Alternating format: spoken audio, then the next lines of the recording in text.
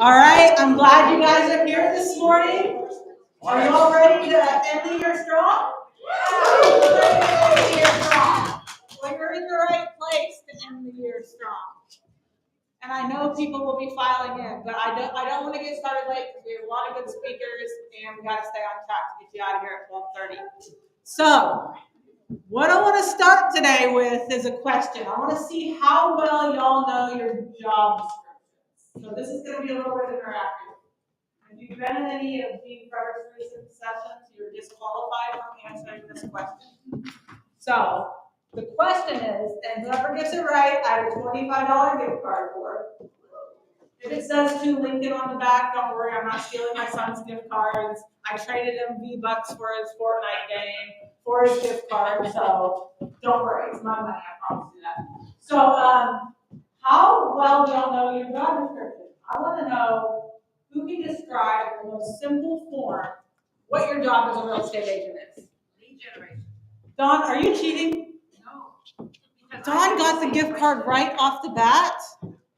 That is correct. A lot of times when we ask this question, people start to talk about what they do on a regular basis, whether that's like get their client the best home in the place that they want it, in their dream home, yada, yada, yada, be of service.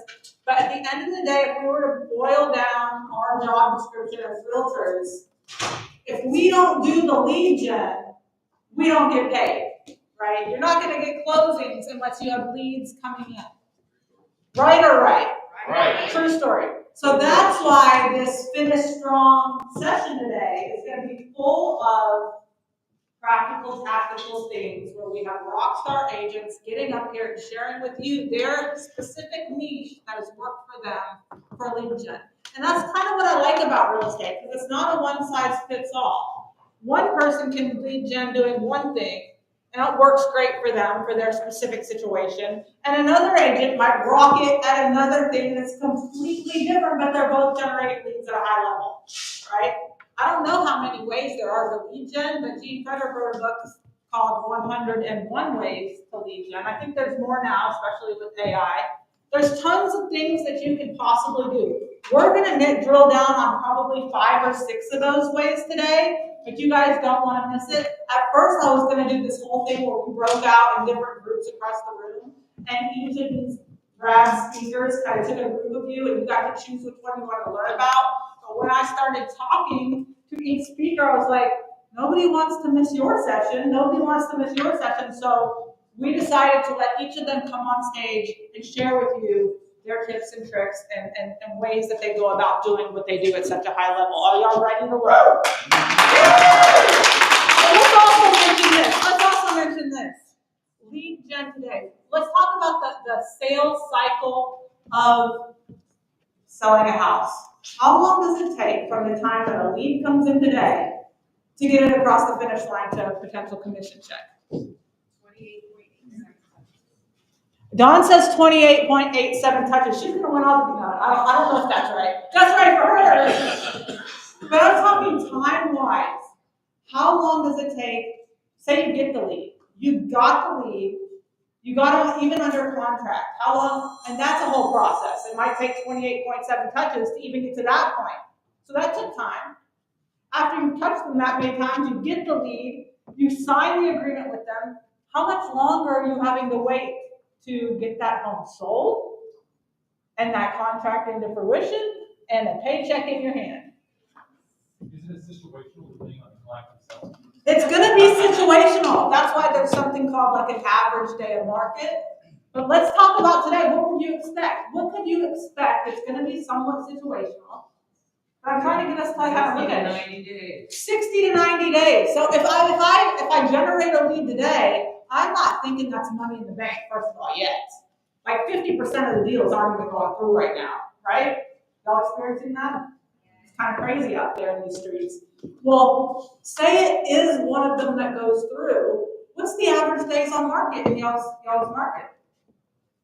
About 60. Yeah, call count right now is 60 days. I know, like Fancy Nancy, she's in my group. This girl, she has, I think, 20 listings right now. A couple of them in Plano have been sitting for over 100 days. That's rough. So what I'm trying to drill home to y'all is that the lead gen that you're doing right now is going to determine how you start your 2026. That's why it's so important that we finish strong and we don't take our foot off the gas. A lot of agents they take the last part of the year off because it's holidays. They think not a lot of showings are happening during these holidays. And you kind of tend to say, I want to enjoy the holiday season too. But if you do that, what's future you going to think in January and February? Poverty. What? Poverty. Poverty! You're not going to be happy with yourself. So before we get this first speaker on the stage, I actually have a little special guest. And this special guest, she knows a thing or two. She actually has an inside track on how important these next couple months are to finish through your strong. And that guest, let me get my clicker. Where was that clicker? Here it is.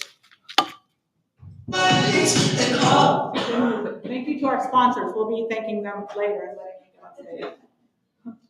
Oh, it's Future Me. Look at there. Ashley, you do look great. That bus driver's insurance paying off, right? Right. Yeah, I think you're doing great so far here in 2026. But seriously, I'm here to tell you, don't slack off now. I know Netflix said like those shows you've been watching, they're tempting. But these leads, they're not going to generate themselves. Good point, Future Me. So what specifically have I been doing in these last couple months of 25 to make you so proud? Well, besides finally figuring out that coffee machine of yours, thank you for that, by the way. It was the lead gen that you're doing right now. Seriously, that's where the magic's at. And hey, don't forget to let AI do some of the heavy lifting. Even I, in the future, am impressed with everything that AI is doing. All right, so I got it. So we're not going to do anything in these next couple months to make our future selves roll their eyes at us, right, Nicole?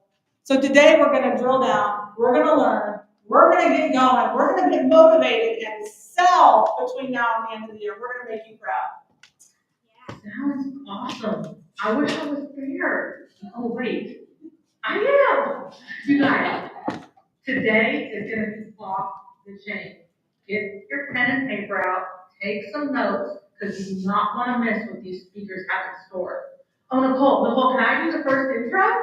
Of course you would want to do this first intro. You know what, Nicole? Knock your socks off. Go right ahead. Okay, great. So as if they don't already know about the Don Hawk, but let's give the glory where it's due. He's a true pioneer in real estate marketing and leadership. Don has spent over 4 decades inspiring agents and entrepreneurs worldwide. As co-founder of eXp Partners and Hobbs & Herder Advertising, he revolutionized personal branding in real estate and was named one of Realtor Magazine's top 25 most influential people in real estate. Also, former president of Success Enterprises, Don began his career working alongside the great Jim Rohn and Tony Robbins, and has since shared stages with industry icons impacting over 1 million professionals.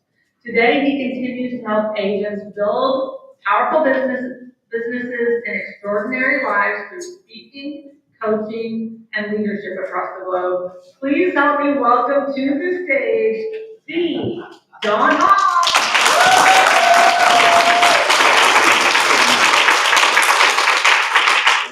Thank you, Nicole. Kurt, Nicole, future Nicole. Thank you both. Good morning. Good morning. I am very excited to be here with all of you, and pumped up about this whole idea of finishing strong. How many are excited about what's going to happen in 2026? By the way, how many are hoping it's better than 2025 for you? Yeah. How many think it's absolutely essential that it's better than 2025 for you? Right. So it depends on where you've been. We talked to agents that have had their all-time best years this year. We also know agents that have struggled. In fact, we're seeing the numbers of agents that are leaving the business go up because it's been an interesting market.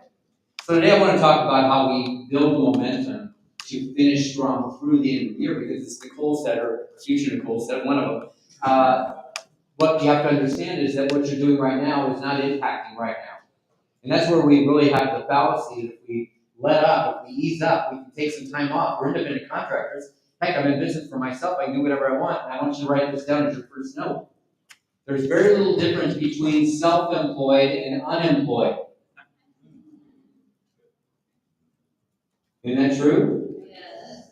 So unless you take charge of what you're doing and are doing the right things, you won't have a chance because you're going to fall behind.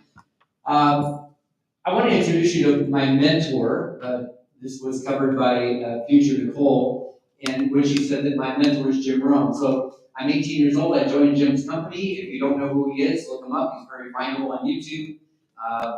Probably bigger known in death. He's been gone for 16 years now than he was in life, and yet he impacted millions and millions of people around the world. I got the chance to spend 8 years with him, and a big doggy kid came into our camp when I was there for 3 months. His name was Tony Robbins. He wasn't quite as big and quite as doggy as he is now, but he was amazing then as he is now, and we got a chance to work together. So Jim's impact on me was tremendous. I actually considered him my father figure. I didn't have a good relationship with my dad, and this was my dad. And so, I love the wisdom that came from this guy, and if you find him, he's quotable, he's got books on quotes, right? Very findable. This played out for me, and I thought this was really important for us to get to today. And it says, it's not what happens that determines the quality of your life. What happens to all of us. I'll give you a simple example. Yesterday, the weather changed. We went from summer to winter. There might have been 3 days of fall. I can't quite tell you, but it seems like there might have been 3 days of fall. But what happened in the weather, whether it was a massive storm, we got hit by lightning in the last storm last week. We got hit by lightning and blew up a bunch of stuff in our house. All right, that didn't happen to everybody. But the storm happened to everybody. The market is the market. The market happens for everybody. How come some are doing well and some are not? Well, it's because the next part is what's really true. It's not what happens that determines the quality of your life. It's what you do with what happens. It's the actions that you take. So in the end, it comes down to your choices. And I want to make sure today that you really have some things that says 3. You know what?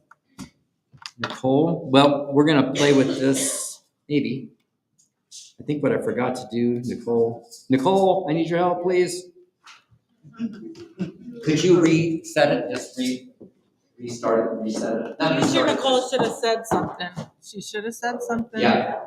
So let me give you the first question, which actually I should have just known. Here it is.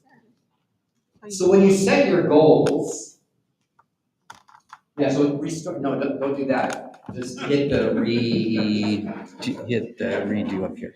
There you go. Got it. Because I changed things and they didn't reflect. Got it. Okay, so when you set goals, the question is, are you setting goals through the filter of what's possible? Listen to my question carefully. What's possible, or through the filter of your beliefs? Absolutely.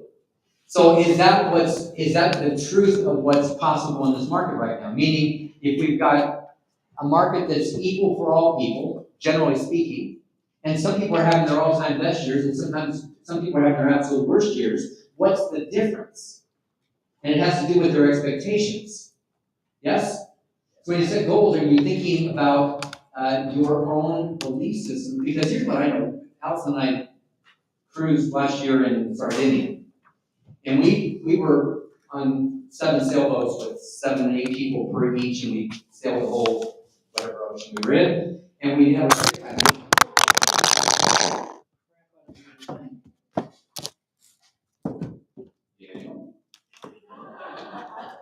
Well, he's not going to like me at all. Okay, so we keep going, and we'll tell you about Sardinia. So we're going along, and guess whose boat is next to all of our boats as we go every day to New Harbor? Guess who's next to us? Jeff Bezos. His 360-foot yacht. Imagine a football field, including the end zones. 360-foot yacht. By the way, that's not the end of it, because next to it was his 280-foot supply boat. That's where all the stuff is. That's where the helicopter lands. That's where all the guests come to. Then they cruise across to the boat, which is his boat. So I want you to think about it. In the same 24 hours that you and I make whatever we make, $50,000, $150,000, $300,000, $500,000, $1 million. How much is he making? In the same time. Hundreds of millions of dollars per month. or at least tens of millions of dollars per month, probably in the range of hundreds. And so what I want you to think about is, are we setting to what's possible? How many of you know agents that are doing better than you? You should all raise your hands. If you don't know people that are doing better than you, you don't know enough people. You're not in the right rooms. Okay, so honestly, it becomes now, question number 2 is, oh shoot. Wasn't the question I had in mind, but we'll do this one. Why do you want what you want? And I guess my third question for you, it'll come to mind, but my second question for you is, why do you want what you want? How did you settle on that? Again, I know your beliefs dictated a lot of it. I also understand one thing is really true, and that is, we most often are setting goals for other people. And I want you to be really clear today that you should be setting goals for yourself. What do you want? Not what does your family think, not what are your peers saying about you, how are you comparing yourself to others, right? What are the things that you want for you? And then let's get really clear about those things. And here's what I want you to really start to get clear about. The actions that you're taking are really important, and they have to be in alignment. And there goes my third question. Are your actions in alignment with your goals? Really important question. So here's where you are today. There's where you want to be someday. Let's not go too far out someday so we can talk about 2026. Why not? It's on us, right? We're working in 2026 right now. So let's go out and we say, how do I get what I want done? I'm going to set some goals. All right. And then I'm going to take action. I was there at the Finish Strong program. I heard Stacy Leslie do something. Stacy Leslie, I got it. I was like, so funny. She and I had this thing. 2 first names gets me every time. Okay? Just saying. So I heard something great and I take an action, and there, I look like a genius. People go, that's way smart. Where'd you learn that? I go, I went to the program. Okay, that's great. Now another day goes by, or a week goes by, or a month goes by, and I'm known as like Mr. Next One Thing. Right? Allison says all the time, I'm like, one more thing, one more thing, one more thing. I think of one more thing, and guess what? I take the action step. And in itself, it looks great, but is it in alignment with where I'm going? Well, then I get up another weekday, month later, and I think it's something else, and I take that action step, and then I take another action step. And pretty soon I realize that I've gone through a whole lot of actions. And yet, am I really going the direction that I wanted to go, or am I just taking action? Am I just busy? So if we come back to this, and we will later in this talk, we'll get back to, or later this afternoon, we'll get back to how do we align those things perfectly so that you can really build what you want to build, starting today, 2026, in your sights right now. And here's the question, are you taking purposeful actions? And if you're not taking purposeful actions, today's the day to stop that. Today's the day to start new, because here's what I know, the gap between where you end up when you've wasted all your time and you've gotten to the end of the year and you're sitting there going, crap, I didn't get it, I didn't do it, I didn't make it. The gap in there is called missed opportunity, and guess what? It isn't missed for everybody, it's missed for you. Somebody else got it. There are listings being taken right now as we sit here. Don't leave to go get them, I'm just saying. There are listings being taken today that you're not going to get. There are sales being made today, working with buyers today that you're not getting. So ultimately, we have to figure out, how do we stop the gap? How do we get that gap filled in and do more things?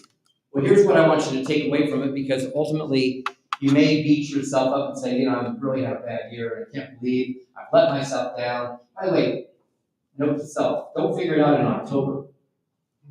Figure that out back in February. At some point in time, you should be saying, hey, I'm off track. It's only 1 month late. I can get caught up. In October, hard to catch up. The past doesn't equal your future, and what I know is that if you let it, it can dictate your future. And what we want to do is remember that even the best in the world, last night, I don't know, no spoilers. I don't know who won the game last night. World Series is going on. I don't know who won, so don't tell me. Shh. Michael Jordan missed 9,000 shots. He's the best basketball player in the history of the world. Unless you consider Kobe. No. I'm just saying, I was an LA boy. All right, so I'm just saying, 9,000 shots missed. You understand that he can't live in the what he didn't do. The shot he missed is not in his mind.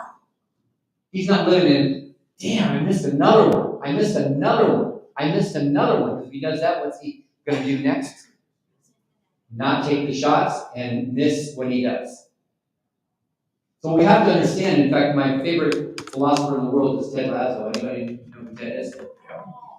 And Ted told one of his players one day, he said, be like a goldfish. They got a 10-second memory. I missed. So what? What are you talking about? I forgot. So that's what you really need to be doing. And so here, write this down. This is one of my favorite things. And I want you to really get this at the heart level. And that is, life doesn't happen to you. We think we're victims of what's going on in the marketplace. But guess what? At the same time, other people are winning. It's not the market. Life doesn't happen to you, it happens through you. And actually, one could argue, if you want to go higher than that, life happens for you. Life happens for you. Can you go that far? It's like, all this stuff that happened is for me. Hey, listen, when Jim Rohn's wife wanted to run the company, I was running his company, I was devastated. I left the company, I couldn't handle it. I left the company and I didn't know what I was going to do. I had no job, nothing to do. And out of it started the largest training company in real estate. In the end, blessing, didn't see it when it was happening. Life doesn't happen to you, it happens for you. Anybody have an experience like that? So let's talk about creating momentum, and then we'll get me off the stage and we'll get some of our great speakers up today. I want to talk about creating the big mo, because momentum is the big deal. Hey, listen, if you go into any sports environment, last night I'm sure probably I could point to that if I had known what the score is, and I don't want to know the score. But I can tell you the night before, right? Momentum. I can tell you if I watch basketball games.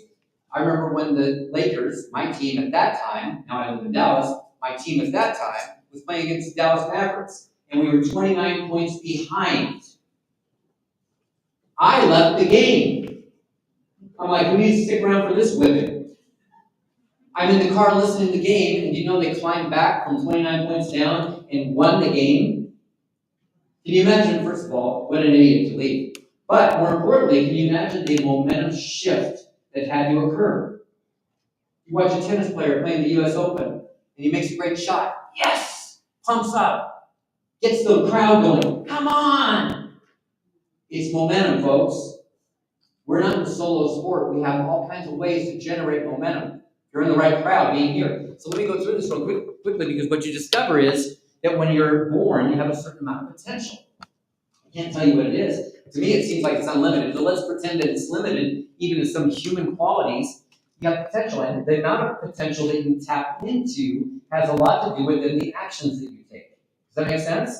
I tap into a little momentum. I tap into a lot of action. I tap into a little amount of potential. I get small actions. If I tap into a large part of my potential, I get large actions. By the way, based on the actions that I take, what kind of results do I get? Small actions gets me what? Small results. Big actions gets me big results. And by the way, it's not just small and big, it's degrees, right, of success. And then, of course, with the results going on, then I say to myself, if I get bad results, I say, see, told you I wasn't any good at this. And it confirms my certainty that I wasn't good enough in the first place, or I didn't know how, or I'm not smart enough, or whatever it is I believe. And by the way, if I get great results, it does one of two things. It either motivates me to go, wow, I guess I am better than I thought, or see, I'm that good. And it depends on your original beliefs, but the fact is, our momentum is created in that, because now we're either spinning up or we're spinning down. How many are old enough to remember the song, when you're hot, and when you're not, you're not? Anybody here? Nobody besides me? That makes me feel really good. Thank you. She said 4 decades. That just makes me sound so old. That was not you, Nicole. That's future you.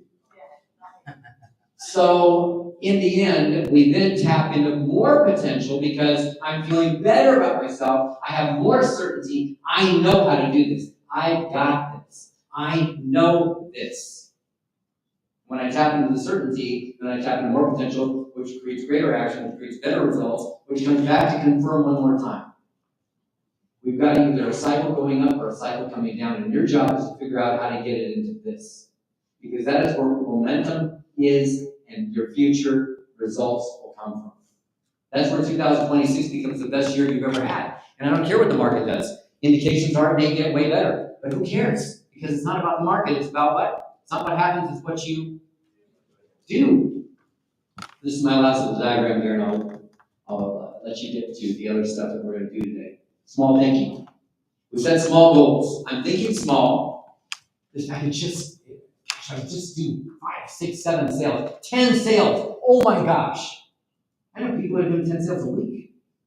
Why are we thinking so small? So who wants to jump on board? I'm saying, hey, listen, I'm going to build a business. I'm telling my wife, my husband, I'm going to build a business to do like 10 deals a year. You're like, woohoo. That's like saying, listen, marry me. We'll have an average couch and an average house, and we'll raise an average kid. Like, who wants that? On the other hand, of course, you look over and you say, what if I had a big, hairy, audacious goal, this BHAG, something beyond what I believe is possible, but that I believe I can do because I know I'm not tapping my full potential. By the way, how many are sure you're not tapping your full potential right now? How many are hoping this is not your full potential? Yeah, so what you come up with is that you realize that the small goal, if I have a big goal, big, hairy, audacious goal, and I share it with people, I'm like, this is what I'm doing. People go, I want to be part of that. That's super exciting. That's amazing. So if I have small goals, nobody wants part of it. If I have big goals, everybody wants to be part of it. Everybody wants to contribute. Everybody wants to play. Everybody wants to know you. Everybody wants to be around you. You're an influencer. And here's what I come back to is people say, well, unfortunately, I don't want to work that hard. And what I came to realize a long time ago is that it doesn't matter whether it's big goals or small goals. If you draw a line up from time and energy, it's the same exact amount of time and energy. Meaning, Bezos has only got 24 hours. He's not working harder than you. In fact, he may not be working nearly as hard as most of you. It's not the labor, it's not the time and energy. What is it? What's on the left-hand side? It's our vision and our thinking that creates our results. So are you thinking big or are you thinking small? Because ultimately, what I realize is vision is all of it. Our thinking is all of it. You think your results are based on the market, it has nothing to do with it. It has to do with your belief systems and the way that you're thinking today. And Tom Ziglar was here, last month? And Tom's dad, Zig Ziglar, used to say, it's your stinking thinking. Right? Your stinking thinking has got you where you are. And right now, today, we're building momentum by changing our thinking and then allowing the things that Stacy and Dawn, and I'm looking around for people, Tierney, wherever she is, I saw her, there she is. Tierney to pour into you, but you can't even accept that stuff. You can't even allow it to be true if your thinking is too small. Oh, that wouldn't work for me. That wouldn't work in my area. That wouldn't work for my clients. You got 1,000 excuses because your thinking is too small. So we're going to build momentum. What do we do to do that? We're going to start on January 1st. Does that sound like a plan? Let's start on January 1st. Let's get in the blocks and blast out of there on January 1st and watch what happens by January 10th. Woo-hoo! We'll be here on January 8th, by the way. Write that in your notes. We'll be in some form of action. By the March 17th, we'll be in full momentum. What did she say? It's 60 days to get your deals going on. 60, 90 days.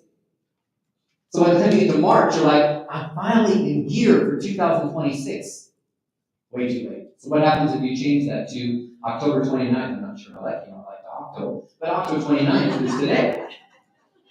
So October 29th is today, and if you have that going on for you, you're launching today, January 2nd, you're in full momentum. You're running at a feverish clip. By the time you get into September, you are flying for the whole year, and guess what? You just had your best year ever because you started on January 1st with real results that came from momentum that you're starting when? So here's my final thought for you this morning. I don't know if anybody saw he was in town. He now lives here.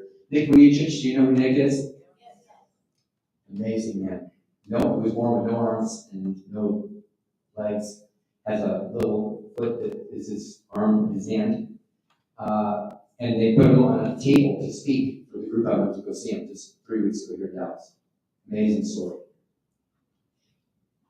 If you think you got challenges, you think the market's off, talk to Nick. He said, keep moving ahead because action creates momentum. You're going to learn lots of action steps today. Your question is, am I going to take the actions? Which, by the way, in turn creates unanticipated opportunities. Do you understand that opportunities are there for all of us? Some of us don't see them. Some of us don't put ourselves in a position to accept them. Some of us don't put ourselves in a place to even notice them. Okay, I'm going to turn it over. Current Nicole, actual Nicole, get up here. I'll be back. I'll see you guys in this afternoon. Great.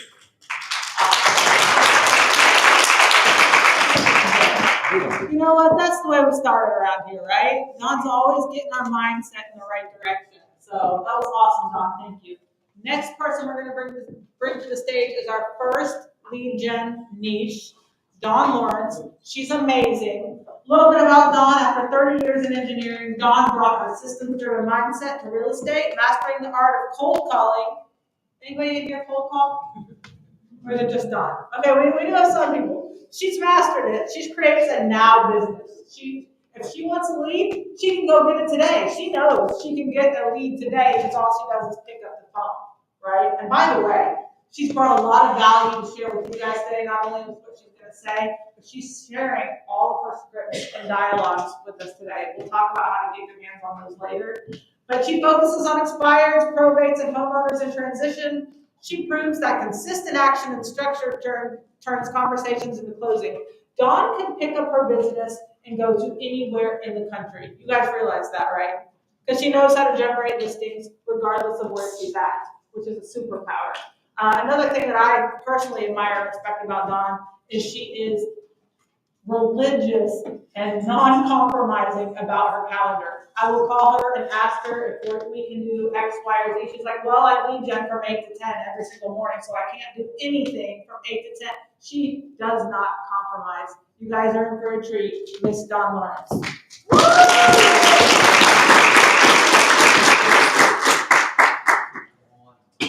Go, Dawn!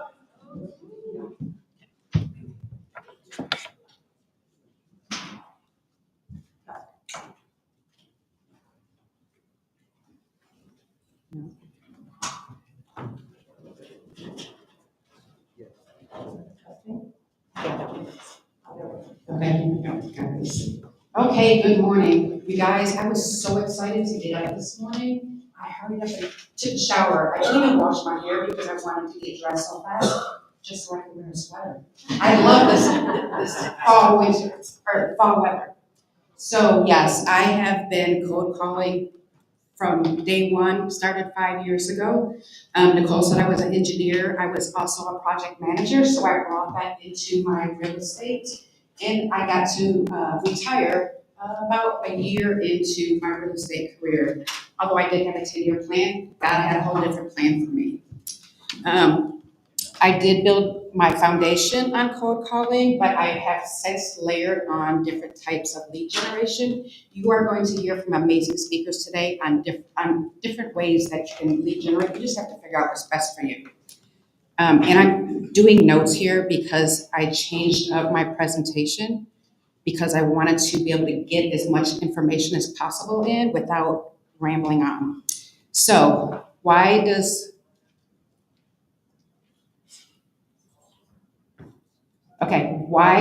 they don't have my updated slide here. Why does lead generation matter? Here are a couple of things. It produces predictable income. You know, by lead generating every single day, I know that I'm going to have a closing sometime soon. I'm right now I'm in the best year I've had in almost the 5 years I've been in real estate. And that's because I've been religious and consistent with my lead generation tactics. And like I said, today you'll get different tactics. Just figure out what's best for you. Lead generation will really feel uncomfortable at first until it doesn't. The consistency that you are going to put into your lead generation will become a habit and it won't feel so icky. So I really want you to think about lead generation as this. My first coach that I got licensed December 16, 2020, came to eXp January 14th of 21. And I found a coach January 30th. And he constantly was saying prospecting isn't a punishment, it's an opportunity disguised as an effort. All the effort that you put into your lead generation creates amazing opportunities for you. Okay, I have to remember to do both of them. Okay, so one of the biggest things is to figure out what works for you. Do you have more money than time? That might be your inbound prospecting. That will be your, I'm not creative at all. I have a YouTube channel, but I'm not very consistent at keeping it up, but I try. But that might be your social media, your YouTube, your creative self. I am an analytic. Things have to make sense. So that's why outbound calling works for me. These are your cold calls, your door knocking, anything that you are going out to try to get a lead, not leads coming into you. So outbound is if you have more time than money.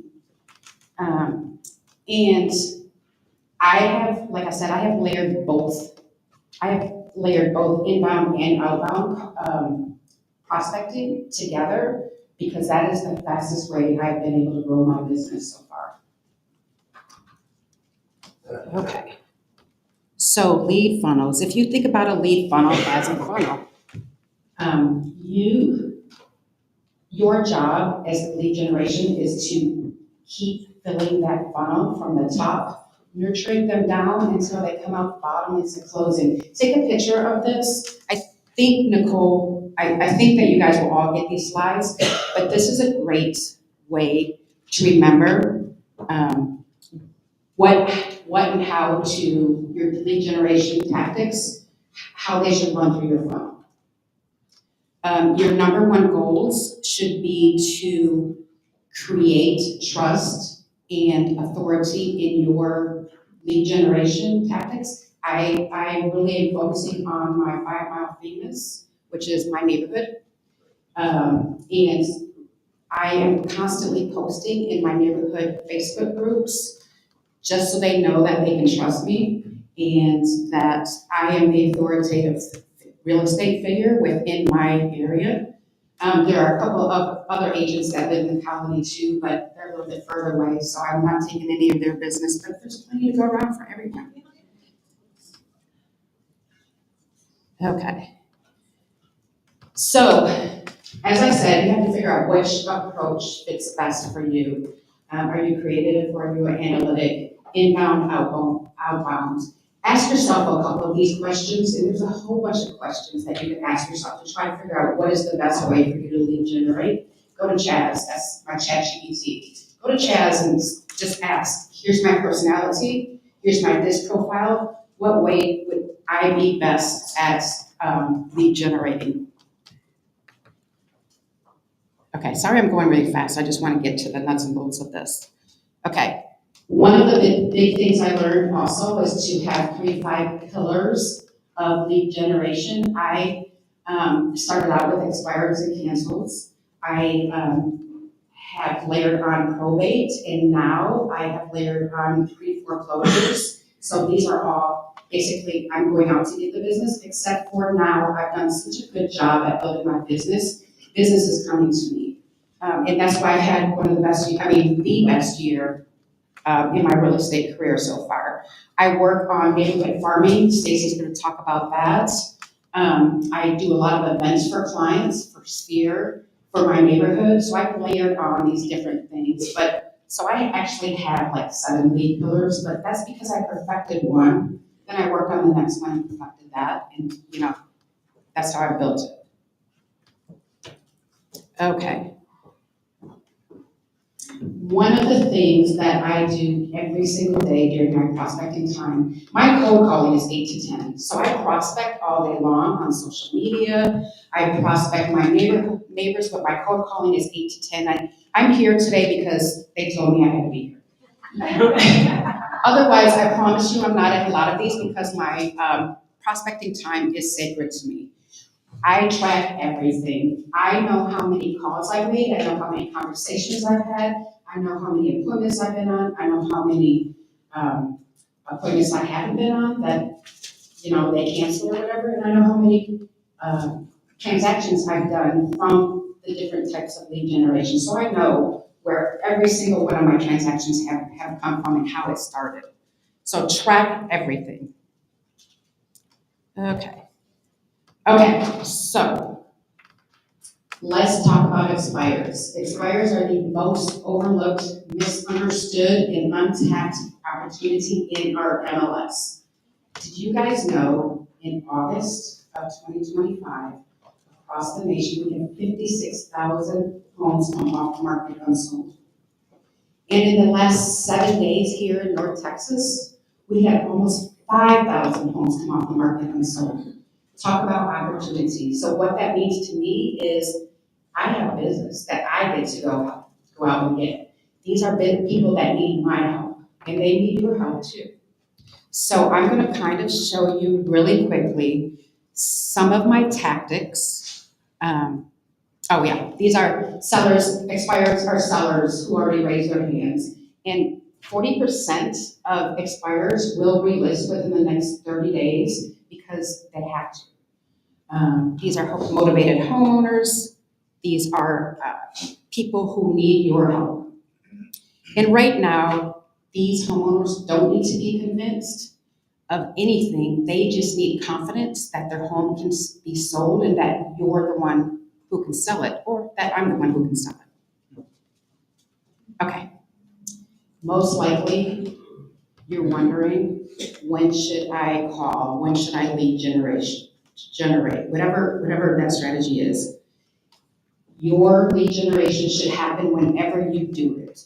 I stick to a schedule. If I could pull up my schedule, you would see it's very strict.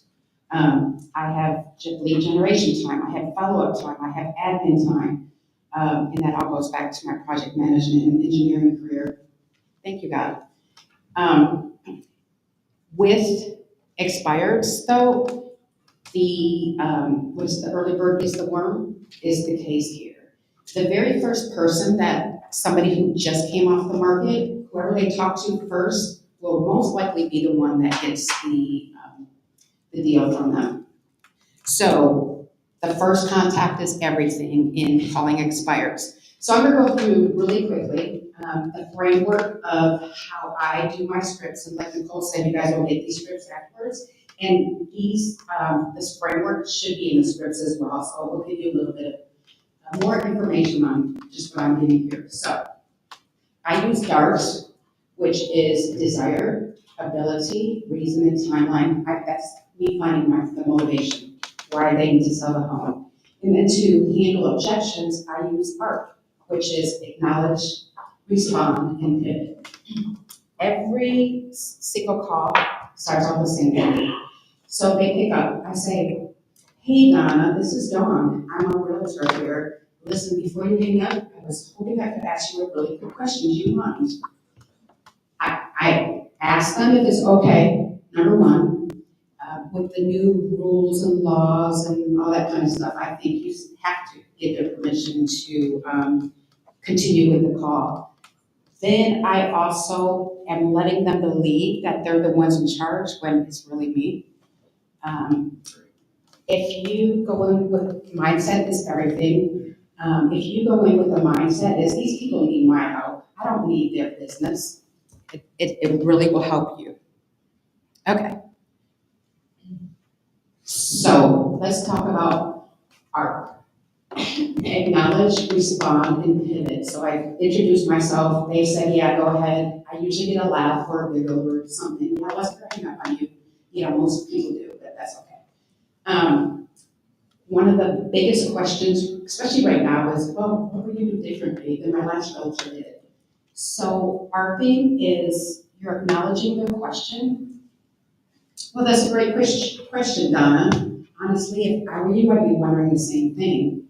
Well, Donna, honestly, I have no idea what your previous realtor did, and maybe that's why we should meet right now, and so we can go through my strategy for getting your home sold in this market.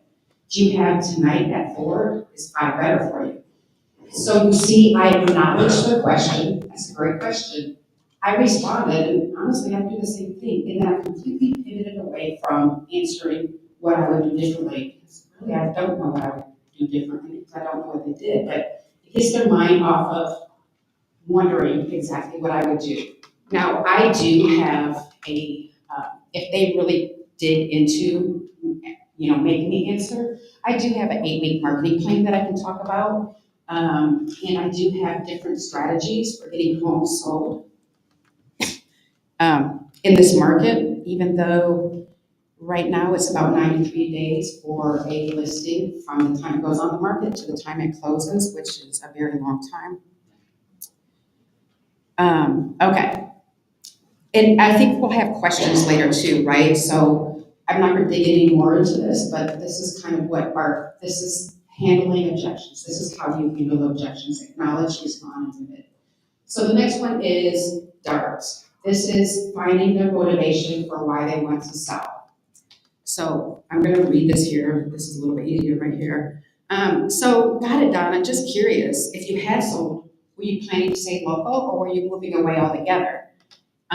This is a question that if you're already into the conversation, people are so willing to answer. Well, they respond, I'd be moving to Florida to be closer to my grandkids. And as a grandmother, I get super excited about that. So my response is always, well, that's amazing. Grandkids are the best reason to move. So were you ready to just pick up and move as soon as your home sold? So that is asking, are they able to move right away? Some people are saying, no, I need to sell my house because, I need to move closer to my grandkids. I was really hoping it wouldn't sell till after Christmas. So that's digging into the ability and their readiness. The reason is really their motivation. I typically ask questions like, this time around, if your home sells, is your issue, is it timing? Is it netting the most money in your pocket? Or is it just being done with the home? This will really hone in on they want to move with their grandkids, but what do they want out of the sale of their home? And then of course, timing, out of curiosity, Donna, when were you hoping to get the home sold and move? Were you trying to stay until after Christmas? Were you trying to sell before school started? Were you trying to sell within 30 days so that you could, because you have another new build being built out in Salina or someplace. So asking these types of questions really hones in on the motivation of why they actually want to sell the home. So DART is the motivation, and ARP is the objection handlers. And again, these here will be on the scripts, and there's a bunch more responses. This is just one response that you can use. Okay. One of the biggest things I did when I first got into real estate is I was forcing everybody into my database. And I learned very quickly you can do that. So when I'm lead generating, I make sure that the people that are going into my database are really a lead. If they check all 5 of these boxes, then they go into my database. Clear motivation, I use DART. Define timeline, that's also in DART. I always ask, so Mr. Seller, are you obligated to your previous agent or are you open to interviewing other agents? And the reason why I ask this is, first of all, I want to know, are they still in contract? But more importantly, I want to put the little bug in their brain to make them think, well, yeah, interviewing other agents, that means a second opinion. Maybe they can do something that my first agent didn't do. So that just opens them up to actually interviewing other agents. Sorry. Then while we're talking, I always say, well, what I would love to do is I would love to shoot you over my resume so that you know a little bit more about me, because there's a ton of great information in my resume and things that I can do to help you. What's the best email for you?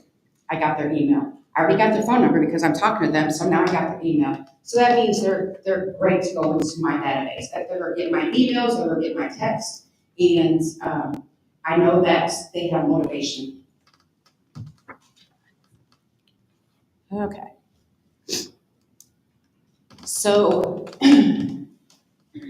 the other big thing that I learned right away is I got on the phone and just started cold calling. I had no idea what my business would look like. What I quickly found is I got a lead, now what do I do with it? I have now implemented such a great follow-up system that, well, in number one, when I first got into real estate 5 years ago, it was like 12 touches before somebody converted. Now it's 28.87 touches before somebody converts into a willing and able participant in a real estate transaction.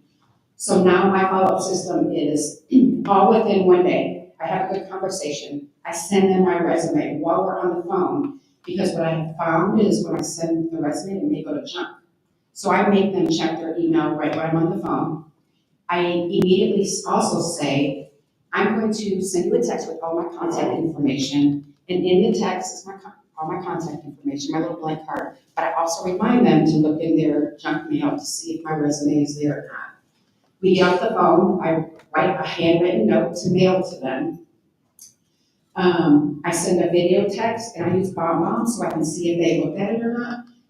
Hey, Mr. Seller, great speaking with you today. I look forward to, whatever we talked about. They immediately go into my database, which means they'll immediately get my weekly emails, my monthly text, and whatever else I send from my follow-up boss. Now, pro tip number 1, social media. Here's something I do, and this has been quite fun. I get off the phone, and in my follow-up boss, they can help me identify if they're on Facebook or Instagram or LinkedIn. So I go into social media, some of you may want to plug your ears. I go into social media and basically stalk them. I go in, find a reason to like a post, comment on that post, say it's a picture of them walking the dog. I will then slide on into their DMs and say, hey, that's a cute puppy. What do you name it? Or her, him, or the. And you want to ask a question that they will respond to, because what that does is it creates the algorithm so that now you're going to start showing up on their social media feeds. That's the DM. If it is a hot lead, I will go door knock. And when I door knock, I don't necessarily really door knock, but what I do is I have an unforgettable CMA. So this is pro tip number 2. My CMA is not just the CMA. I have a 2-inch by 9 by 12 box that is completely personalized to me. On the top is my picture all over, my contact information around the sides of my contact information. And the inside is testimonials, information about me, and I fill it with stuff. I really only I go to RPR and create what's going on in their neighborhood. That's my CMA for them, so they know today what's going on in their neighborhood. But it's filled with my resume. It's just got a ton of stuff in there. I guarantee you, after all these follow-up, they're not gonna forget who I am. And sometimes I've been told on my follow-ups, I've been told, why don't you go get a real job? There's a corner down the street, why don't you go there? Great idea, why don't you meet me there, we'll talk about getting your home sold. Yeah, there's some really yucky people out here. Okay. So you've made the calls, you've followed up, and now you have the appointment. The most important thing you can do on expired appointments is review their old listings. Look at the pictures. Look at the transaction desk. Were there documents in there? Upgrades on the house? Were there the mud or the pig? Or were they missing? Were there room measurements? Look at the description of the home. Zillow, get with your title company. I just got training on Zillow and ChatGPT, and for somehow Zillow is only going to allow descriptions that fit the Zillow standard. There's a bunch of stuff behind that, get with your title company. A lot of them are already trained on what Zillow, ChatGPT, and the descriptions. But look at the description. Now, you had a conversation with them, and you keep notes in any subsequent conversation you've had. You know what their pain points were. The agent never communicated with me. I never got feedback. We never even had showings. And the list goes on and on. So you know what the pain points are. When you go to this appointment, you are going to have a resolution for every single one of them. I have a weekly marketing update that you will get from me regardless if there's an update or not. And in this update is everything about your house, feedback, days on market, everything. But also you're going to see what's happening around you, and then you're going to know the interest rate. There's just a ton of information in my weekly market update that you're going to get from me. That is a huge value add. So you're not going to have a problem with no feedback. You're not going to have a problem with no communication because you're going to get this every single week from me. Bring a pre-listing package. If you did not have the chance to drop off a pre-listing package the day before, and here's where I drop off when I get the appointment, I always drop off my pretty box full of stuff. Know your value. If you don't know what your value is, you need to go figure it out. When I first got into real estate, for a couple of years, I was like, okay, my value proposition is I'm a great communicator. I'm a project manager, so I'm going to treat it like a project. It was just those kinds of things. But now I know what people's pain points have been and continue to be. Now I really focus on my value proposition as me. I guarantee you, nobody communicates like I do. On Monday, you're going to have so much information, and then on Friday when we have our call, you're going to get even more. The biggest thing right now is marketing. I have an 8-week marketing plan. I used to give it to the sellers, but I don't anymore because they gave it to a different agent. So they get to see every single week, every single day what I'm doing for them in marketing. And that's just the basics. I also have a flexible terms, which is my no handcuff listing agreement. Basically, we all do. You can get out of a listing agreement with an agent, kind of easy. But I guarantee them that if you feel like I'm not doing my job the way that we agreed to, you can fire me. Just give me 48 hours to get it out of the MLS. But you will owe me marketing, pictures, photos, drones, video, and anything else that I paid for already. My goal is always, always to walk out with a signed agreement. Even if they're still on the fence, well, Mr. Sauer, why don't we do this? You like everything I said about the value I bring. You like what I said about listing your home and how we're going to list it, right? Why don't you go ahead and sign? And remember, I have my no handcuff listing agreement. So go ahead and sign, and if you find somebody who's better, which I guarantee you won't, you can walk away from me, no problem. So my goal is to get that listing agreement signed, and every time I've done that, nobody has ever canceled. Okay. This business is built by habits. Nothing is accidental. Going back to Don's actions, the actions you're taking every single day create a habit. And this is one of my favorite sayings. You don't rise to the level of your goals, you fall to the level of your systems. A couple of years ago, I had no idea what systems were. Today, I know exactly what systems are. They're the text message you get, they're the emails you get, they're the follow-up that you get from me.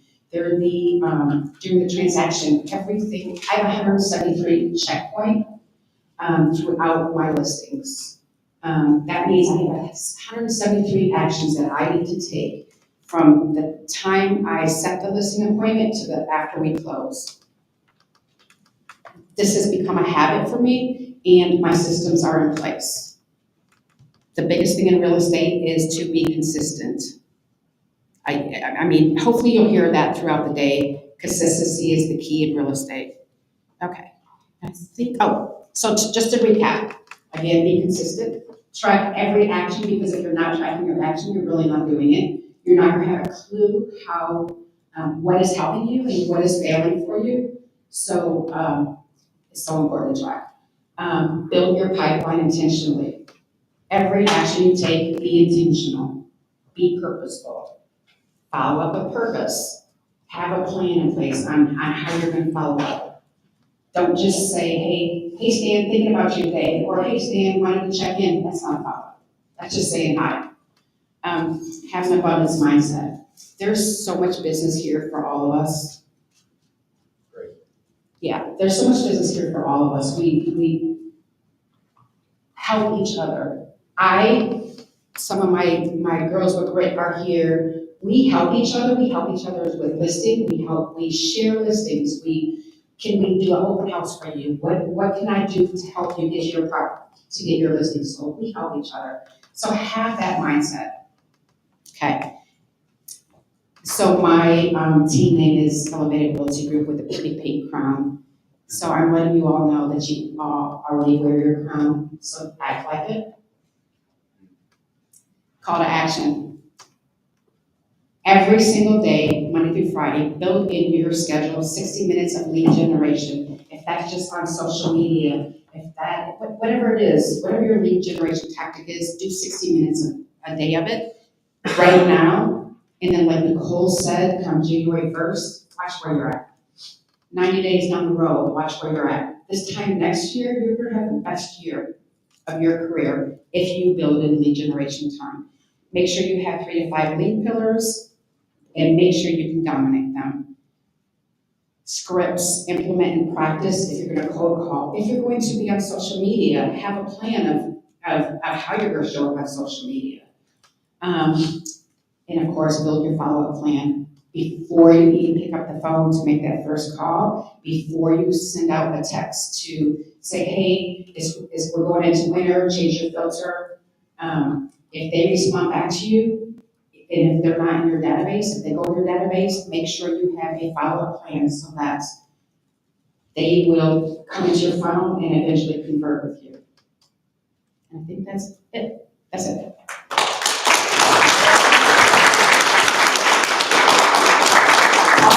I always have mad respect for people that make calls, y'all. I mean, how long did it take you to get over and you have the fear that you had before you got So the crazy thing is, it's like going to the gym. I don't feel like going to the gym, but I promise if you go for 5 minutes, your mind will change. You make that one phone call, the next one is so much easier. I know, it's that first call. I can attest to that. Okay, thank you, Don. We're gonna try to kind of catch up on some time here. If we have time for a panel after all these speakers, we're gonna allow you guys to do some Q&A, because I know I have several questions for Don, for example. But if we don't, you have their contact information, reach out to them. I'm sure they'll be more than happy to jump on a call with you and answer questions that you have. So our next speaker, she is a badass powerhouse. Terry Jordan, broker associate with eXp Realty, leading an international real estate organization and inspiring agents around the world. She's a multi-icon, award winner, millionaire real estate agent, and the creator of 20 listings in 30 days. It's a system that she kind of patented and created. She's built a reputation for turning action into achievement. And in 2024, she was featured on the Kelly Clarkson show. I don't know if y'all saw that. I saw that.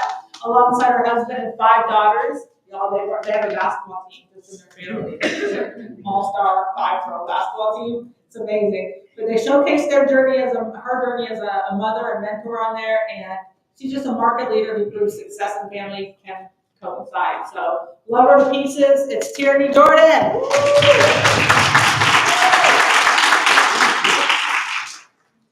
All right, guys, we are going to move fast, and I'm going to warn you because I have a lot of slides. But I just want to give a lot of value, so I'm going to stand here so we can go through. All right, so I wanted to focus on sellers, and I wanted to focus on making my time as useful as possible. So I really, to me, lead generation or bringing leads to me could have been done through online, could be done through online. So that's what I built. I started generating leads online in 2011. So my first 3 years in the business, I had a 13-year-old, a 3-year-old, a 2-year-old, a 1-year-old, and a 5-month-old. So this all was done collaboratively, to say the least. I didn't want to have a great business and miss out on my time with my family. Okay, so you can see. Can you guys see? When I decided to make the shift to sellers from 2015 to 2016, 376 to 7 figures in 1 year. That's my tax return, right? And it was really that shift and focusing on sellers. 2015, I did 17 buyers, 10 listings. The next year, 23 buyers, 56 listings. I'm going to share my system with you. These are some agents that have used my proven process. Benisha's now a 7-figure earner. Rosemary was a full-time teacher, went to 6 figures in 1 year with my system. Ola, she earned 6 figures in 6 months. This was her commission. All right, so here's the 5-step proven process. 1, you got to identify your target market. 2, solve, don't sell. 3, pick your platform. 4, establish trust. And I've turned this into a triple close method right now in this market, so we'll go through all of these steps. Step 1, how to identify your target market. I'm going to start my timer here. So this is what I do, you guys. This is practical. Everybody can do this. I go into the MLS. I click on close. I do 0 to 30. I put in different cities that I work, and I look at, number 1, the amount of transactions that have sold in that city, okay? Because I want to spend money on areas that have a lot of transactions. So you can see like McKinney compared to Plano.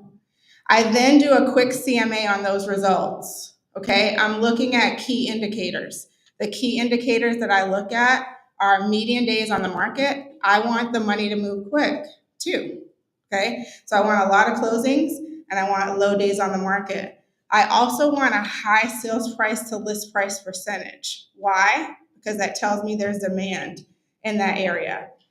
Another thing that I want to do is I want a high median sales price, because that high median sales price, I'm going to show you when you market on Google, on average, a seller lead costs about $1,200 a lead, but a buyer lead could be anywhere from $10 to $20 a lead. So if I market in an area where there's a high median sales price, are those going to be first-time home buyers typically?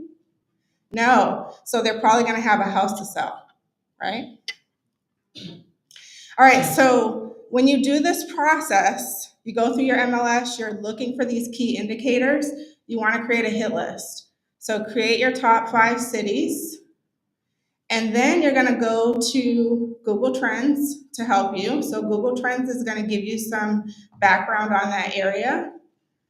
You're also going to go into Google Ads. Okay, so you can go there by going to ads.google.com. And there's a free keyword tool planner there. You want Google to tell you what people are typing in for that city when they're searching. Google's the #1 search engine. There's over 92 billion searches every month on Google. You're going to keep it simple with Google. Is everybody good? Because you guys are looking like, is everybody good? Are y'all following me? Okay. So you're going to put the city name plus the word homes. Keep it simple and let Google tell you what people are searching for. So if I typed in, I don't have my glasses on, but if I typed in McKinney Homes, for example, Google's going to tell me everything that people type in, and I'm going to use those keywords, okay? You can also use TubeBuddy if you're going to do video. TubeBuddy is similar to the keyword tool analyzer, but it's for YouTube. That is a Chrome extension, so you have to have Chrome in order to use TubeBuddy. All right, so that was step 1. That's how we're going to identify our target market. I did that in 3 minutes. Step 2, solve, don't sell. Okay, so what does NAR tell us that sellers want from us? Do you guys know? Anybody know? Top 3 things. Number 1, The number one thing that sellers want their listing agent to do for them is to market their property to buyers. So when you get in front of a seller, you need to demonstrate, not tell, demonstrate how you're gonna market their property to buyers, okay? NAR also tells us where buyers found the house that they purchased. So I can use that chart and I can demonstrate how I'm gonna get their house in front of these buyers. These are some of the things that we do. So we show that we're gonna create a single property website. We're gonna do professional photography. We're gonna do an SEO optimized title and description. Where could I get the SEO optimization? From the keyword tool planner, right? Because it gives me all the words that people are typing in. And I could print that out for a specific seller and put that into my presentation, right? Very simple, easy. We also do a single property website, so we're demonstrating, we're showing them what the single property websites look like that we create. And this just came from our CRM. Very simple, we didn't create these websites. You could use lovable.dev to create one for you in minutes. We also integrate and we show that we integrate Google Maps because 1 in 8 buyers in the state of Texas are international buyers. So you might want to write that down because a lot of people don't know that. We do complimentary light staging. We have a whole process to get the house ready for buyers. We show them our professional photography because most people, that chart that I showed you guys, they start their search online. People like eye candy, right? So the house has to look good. This is one of our listings. This was another one. We do community features. We do video. Video is going to increase the click-through rate by 65 to 95%. This is just a sample. So when I show search engine optimization, if I was going on a listing for a property that had land, this is TubeBuddy's results. I could say, hey, Mr. Seller, look, we're going to market to all these people online. We've been doing this since 2011, and there are 10,000 to 100,000 searches for land for sale in Texas, right? Every 30 days. We're going to make sure we get your house in front of all those buyers. We show our online marketing dashboard. Does anybody recognize where this is from? This is my exclusive online marketing dashboard. Does anybody know where this is from? List Track. We all have access to this. Okay, so it's when you log into Netris, there's a little icon that says List Track. You can go in there for all of your listings and you can show and do your weekly follow-ups and show the seller where the buyers are coming from. This is another exclusive report that we create for our sellers, and it's our online analytics report proving online exposure. Does anybody recognize this? This is a tool that everybody has access to. This is another report through ListTrack, okay? We do reverse prospecting. Reverse prospecting has helped us so much, you guys. We've sold so many properties just through reverse prospecting, and we show this, okay? So this is through MLS. You can go in, you have to have a listing to do this, but you'll click on your listing, you'll click the button that says reverse prospect. It's gonna list all the realtors. What percentage of buyers find the house that they purchased through a realtor? How many? 87? Is that what you said? Yeah. Anybody else have a guess?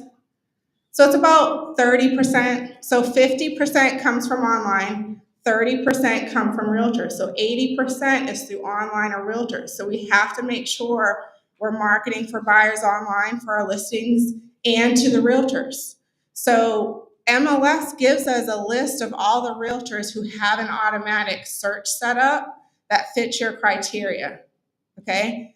So I call and I text them all because they can set up the automatic email, but it could have gone to their client spam. So you just need to make sure they know about it. And I show, like this I sent to a seller, like, hey, these are all the realtors. These are my texts to all the realtors about the property. All right, the number two thing sellers want their listing agent to solve for them is to price competitively. You have to be able to price or else your listing's gonna sit, okay? I price ahead of the market. That means I price lower than what things sold for previously because the market is softening, okay? I use a quick formula. This is some of the things, I'm gonna give this to Nicole because I've sold a lot of properties. I've been licensed since 2006. I used to do a lot of REOs, so I was getting my listings based on the price that I told the banks and what they sold for. So I have a whole price like an appraiser and how to make adjustments. But the biggest thing that you want to do, you want to look at proximity, stay within the same subdivision. You want to stay within 25% plus or minus of the subject property square footage, 33% plus or minus of the subject property's age, and then you want to stay within 60 days, okay, in terms of sold date. Seasonality is another thing to consider. Are we going into a slower time? I know Don alluded to it as he was talking about what the market's doing. It's slower, right? So take into consideration when you're pricing what season we're going into, not what we came out of. And then look at your active and coming soon. So how much competition is out there? Because that's going to impact your pricing. If there are 10 other listings in that same neighborhood, you've got to price a little bit lower. Okay. I'm just skipping through so I can stay on time. All right, so once we get the listings, we are providing, we take the weekly feedback from showings. We make sure that we get it from everybody. We also pull in that list track report that I showed you. We're gonna do a cloud CMA as well. And then we pull that all into ChatGPT.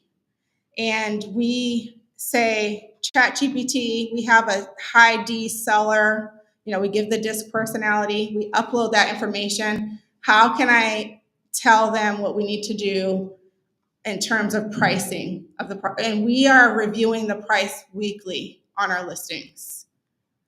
So this is the prompt if you guys want to take a picture of it.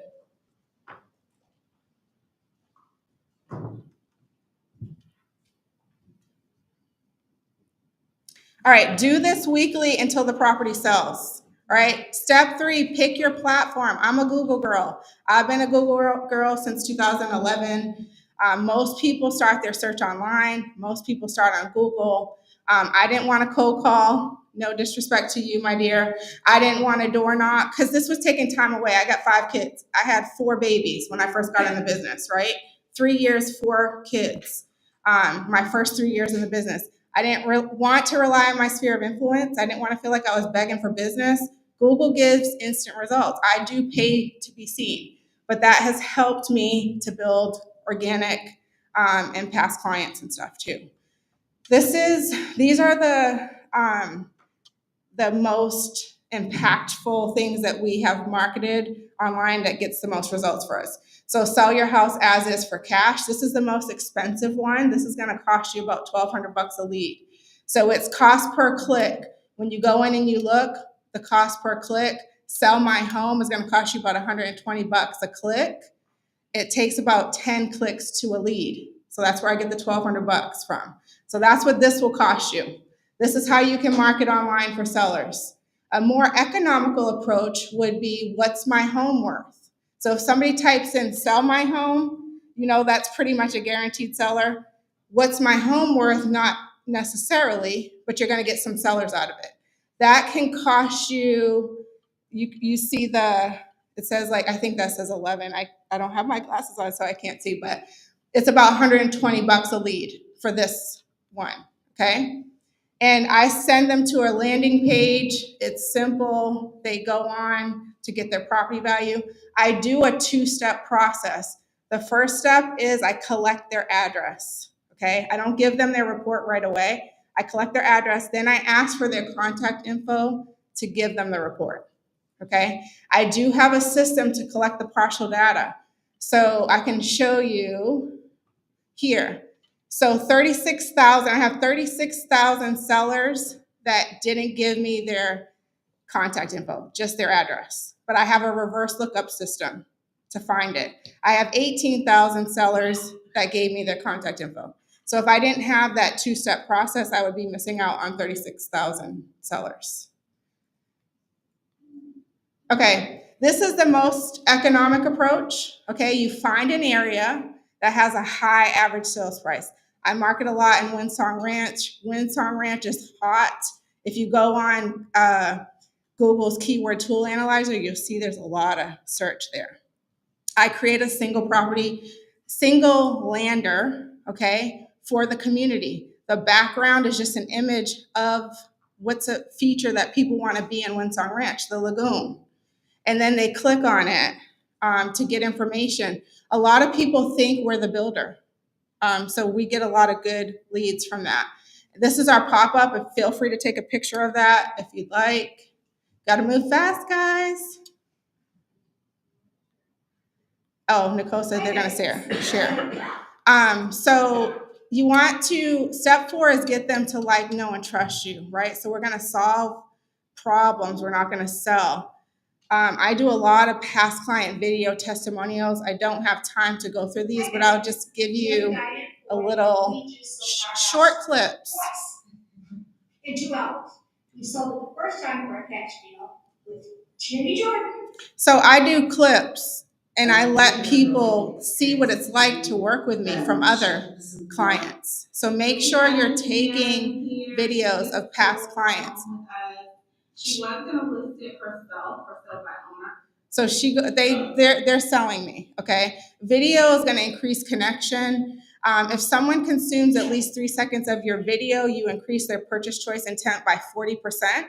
If someone consumes at least 10 seconds of your video, you increase their purchase choice intent by 70%. So it's critical how you start your videos off. Don't start off, hey, this is Tierney. I'm starting off with my hook. Through my keyword tool analyzer, I'm using keyword-rich information and content in my videos. So here's the structure of your video. You wanna sell your house fast? That's the hook. And this video is helpful. Do you want to sell your house fast? Right? That's a hook. Thinking about moving to Don't Dallas? overcomplicate it, guys. Look at me. I'm using my phone. I don't even have a stick. I'm talking about a community that's heavily sought after for the keyword tool analyzer information, okay? This is our presentation. I'm gonna scroll through it pretty quickly, but I edify myself on the beginning of my presentation. I was featured on the American Dream TV show, which was broadcast on ABC, NBC, Fox, and CBS. I've been featured on the Kelly Clarkson show, D Magazine, Cover of Real Producers. I put all this stuff out there. So whatever you have, put it in the beginning of your presentation, front load it. I show how quickly I sell properties, right? My days on the market, 21 days. What was that one? 18 days, 15 days. These are all recent sales. My stuff moves quick, right? Because I price right, I establish trust, and I review everything weekly with my clients. So the pricing is critical, you guys. Feel free to go to 20listingsin30days.com if you want my full presentation. That's my handle if you want to follow me, and that's it.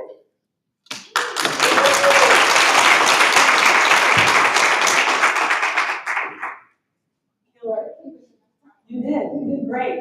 You did great. Give it up for Tierney. You did great. Yeah, and don't feel bad if she says something or any of the speakers say something and you miss it. We're gonna be giving you everything. You can always also go back and watch it. So you'll have a playback of this, you'll have all the slides. Also, like Dawn's script or the PDF for that. So we'll have more info on that for you guys before we wrap up today. Next speaker. Have it ready to go. Stacy Leslie, she's back by popular demand, y'all. We had her, I think, in close to the beginning of the year, and she was a fan favorite. So she's just also just packed with great information with over 450 million in sales. That's a number. 450 million in sales achieved through referrals and reputation. Stacy Leslie is known for her integrity, discretion, and client-first approach. A former marketing entrepreneur who sold her agency to a Fortune 500 company, Stacy brings strategic vision and branding expertise to every single transaction. Today, she leads an all-woman, woman power, real estate team and continues to empower women and families through mentorship, philanthropy, and leadership. She is awesome. We love her so much. Stacy, welcome to the stage.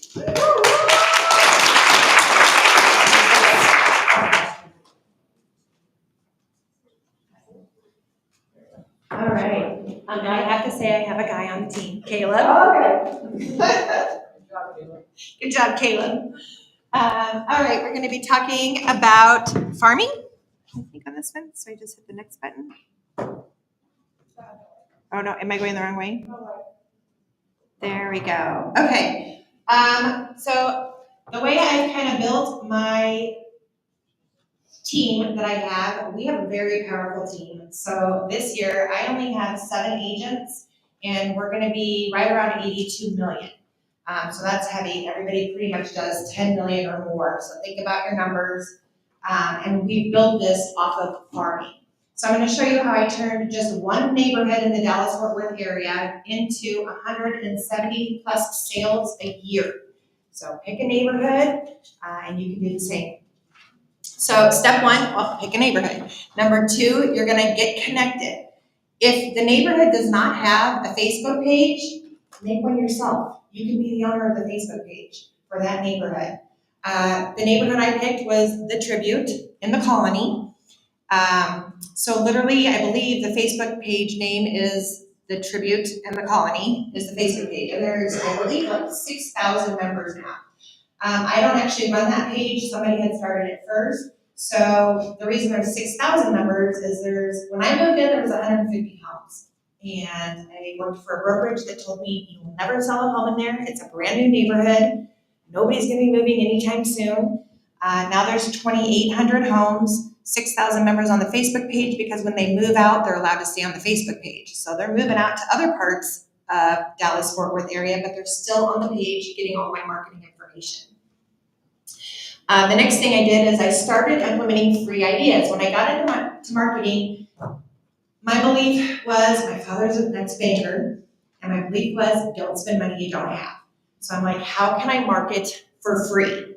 So I just started really getting my wheels turning. My background is marketing, yes, for a marketing company, but it was direct marketing, mailers and analyzing people's databases. It wasn't events and other things like that. So I really had to start thinking what to do. I do have, I'll send it to you guys later and share it with you. I have a list of 100 free marketing ways that you can market yourselves for free. You don't have to go spend a bunch of money and buying Zillow ads and all of that. And we are more of a passive sales team. We don't buy a single lead. We do this much in volume without buying any leads. Everything has turned into referrals in our database that we've collected over time. But some of the things that I've done is, back in the beginning, I would go to the grocery store and I would buy little pumpkins. The very first year I did it, I think I was able to afford like 50 pumpkins at $1 a piece. And at Halloween, I did a little tiny pumpkin patch where the neighbors could come out and the kids could pick a pumpkin. And I could sit and talk to the parents while their kids are in the pumpkin patch picking out a free pumpkin, $50. And I would go to my local title company or lender and I'd have them pay the $50. So all of our events now, we don't hardly ever spend a dime. We just did the fall festival for the Tribute. It's grown a lot. We now bought, what do we have, like 400 pumpkins, all paid for from our title vendors. We also now do, I have a warehouse full of stuff now. Somehow I'm the owner of a popcorn machine and we do caramel apples now and it's just kind of grown over the years, but it started out very small. So we also do caramel apples. That's super easy to do at Halloween for an event in your neighborhood.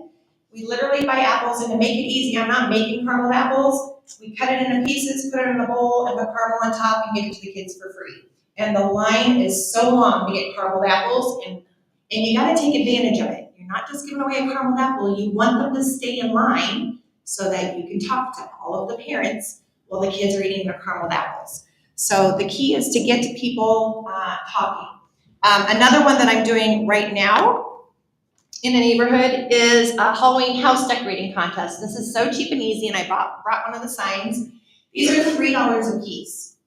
And currently in the tribute, there are 64 homes. We are on our 8th year, a Halloween house decorating contest. You literally just post on social media. I think I've got a picture of this somewhere.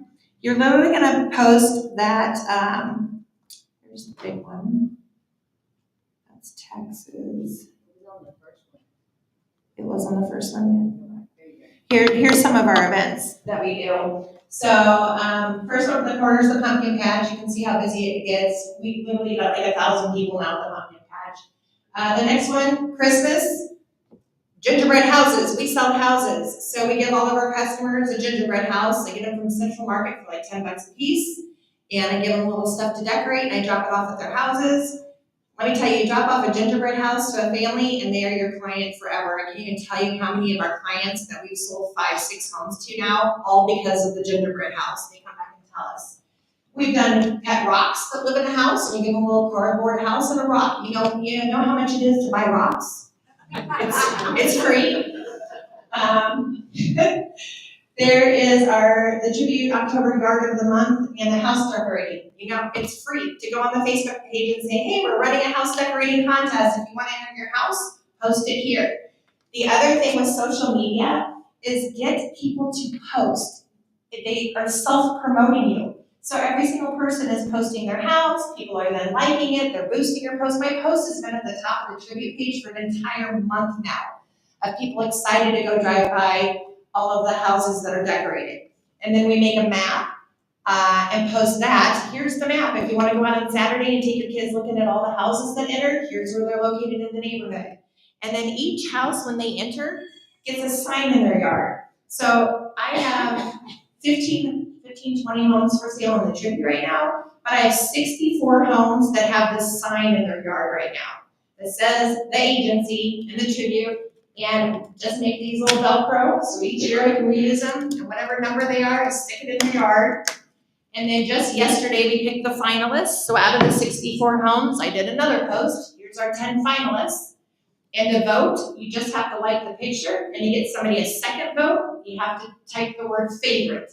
So now I have 6,000 people voting on 10 pictures, and just constantly keeping me at the top of the tribute Facebook page. And all of that is free, except for these were $3 a piece, and I'm on my 8th year using them. So there's so many ideas you can have out there to become the expert in your neighborhood. Dawn had talked on this then, again, free. You start becoming the expert in that neighborhood. So what all do we know and have connections on that are free? Painters, roofers, you need to remodel your kitchen, bathrooms, where do I get my curtains from? You name it, you have become the expert. Watch the neighborhood posts, because people are asking all the time, hey, does anybody have a good lawn care person? Mine just left. Now, it used to be that I would hurry up and go on and post. Now I get tagged. Stacy, who do you recommend? Stacy, who do you recommend? Did you ask Stacy who you should go to for that? You become the expert in the neighborhood. And it just starts to build. And all of that it's free for you guys. And it's a passive way to market yourself. So when you become the expert that way, when it's time to sell their house, guess who they're going to call? They're going to end up calling the neighborhood expert. So most of our leads actually come through privately Facebook Messenger. And I have to have a VA now that checks it because I don't check it enough. But they literally will send me a private message asking to list their home. It's just a different way to market. So I listed some ideas. We do cocoa and caroling. Again, it ends up being free because I asked the neighborhood, anybody want to sing for cocoa and caroling? So the neighbors are the ones signing up to be our carolers. We provide a horse-drawn carriage to take people out and look at Christmas lights, and it's turned into a huge, massive festival every year. It's probably our biggest event every year. We do hot cider, we do the popcorn machine, the movie Frozen's playing. It's just built and built and built over time, but it started off free and small. Golf cart decorating contest. If it's a neighborhood that has golf carts, that's free. Hold a golf cart decorating contest around the 4th of July. You decorate your golf carts, bring them out for the 4th of July. We'll have a parade that you can meet, and we'll judge, and there'll be a winner. And the winner gets like a $100 gift basket, and a title company paid for it. And it was super easy. I didn't even have to do any work. Everybody else brought their golf carts decorated. So there's so many ideas that you can implement with farming. I keep going the wrong way. Okay, another big event that I do that's free is I made another page called the Tribute Tax Masters page. You guys all have access to this. You're all professionals in your field. Running comps in the state of Texas to help people fight their property taxes is free to do for you. And is one of the biggest things you can do for a homeowner. So we made a page. This was 2025's post. It's that time property tax notices hit the mail today, April 17th. The agency, eXp Realty Group, is ready to help you for the 11th year for free. The sign up is listed below. I just made a sign up in Google. Once you sign up, comment following. Why do I do that? Because when they sign up on the Google page, it doesn't boost my post. So I just ask them to type following down below to keep my post at the top of the page. And you'll notice I had 205 people comment. So this stayed up again for like an entire month because of 205 people commenting. And it reached 792 people. Then they're gonna receive an email with their number to watch in line. And then I do another post that says now serving, because it takes a long time. We now do about 500 comps for people a year to help them fight their property taxes. And we say just ask for your patience as we do this outside of our jobs and family time in the evenings, and we are doing it for free to give back to the community that helps provide for our families through work. We've been able to give everyone every year, even after the last year doing over 800 total in DFW. Each one takes 15 to 30 minutes. So you kind of just play into them. We're still family, we still have kids, we're doing this for free. People start to get greedy. They're like, I gave you my address yesterday, and you haven't sent me my comps, and I want to go to the Denton County Tax Appraiser's office. I'm like, okay, well, I'm doing this for free, and I do have a job. I'm trying to help you. But here's some of what people say. Literally this year, Casey Zander, I don't even know who she is, made this logo of our team and said, not all heroes wear capes, they fight with comps instead. Thank you for looking out for us.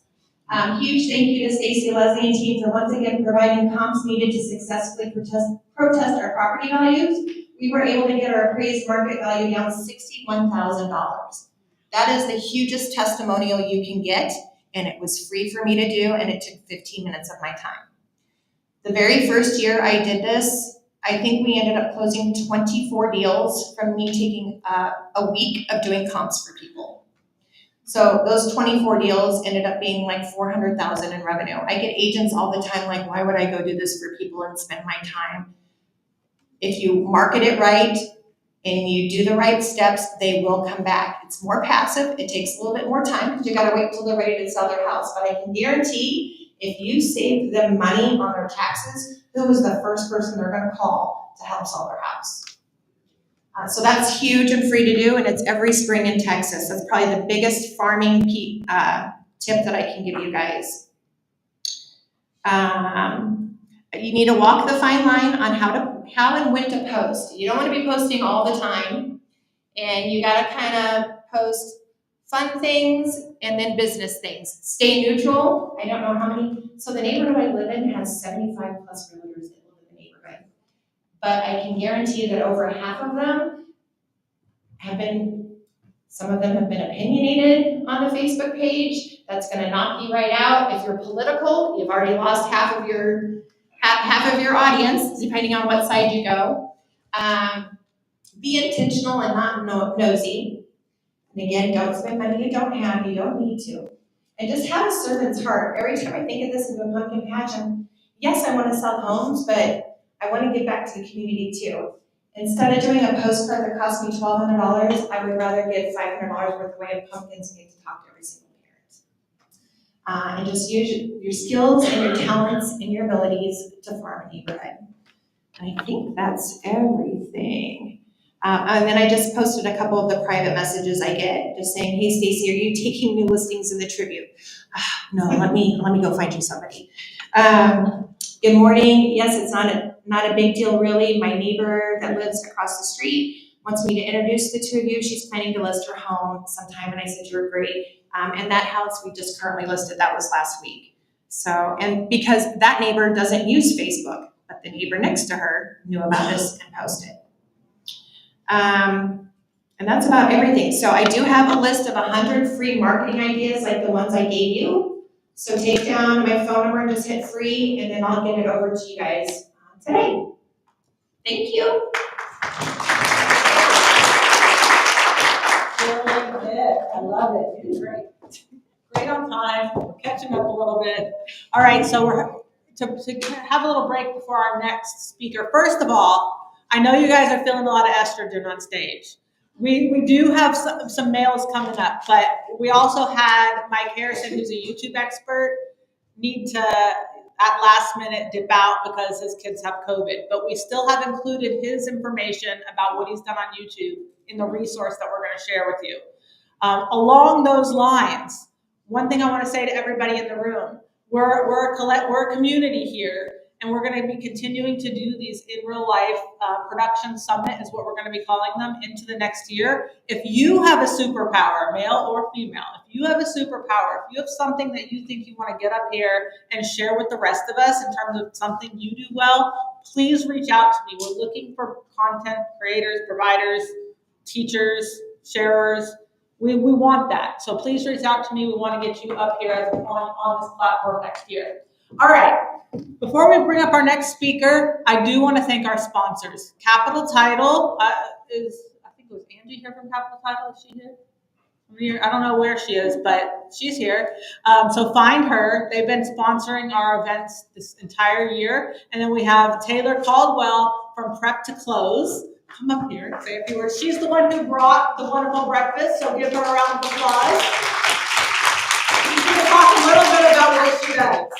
Thank you. Hey y'all, it's so good to be in the room with so many familiar faces. So for those of you who don't know me, my name is Taylor Caldwell. I was formerly with a company called Free Model, and so I have a new name and a new number for the same mission.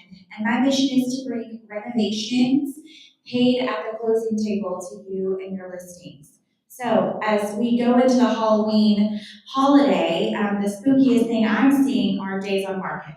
I don't know about you. And so what we have been tracking is with homes that are list ready and turnkey, they're about half the days on market. Really cool stat I want to share is in the last 2 years, we have not had a single home that has not made at least the money they've put into the property when they sold it. That's a huge stat. Everyone's afraid of, I don't want to put $50,000 into my property. I want to put it into the next house that I'm moving into. Awesome, but you just did a $50K price drop, right? Like, let's help you get it across the finish line. Let's help you transact. We are the only company in DFW that does not require a credit check.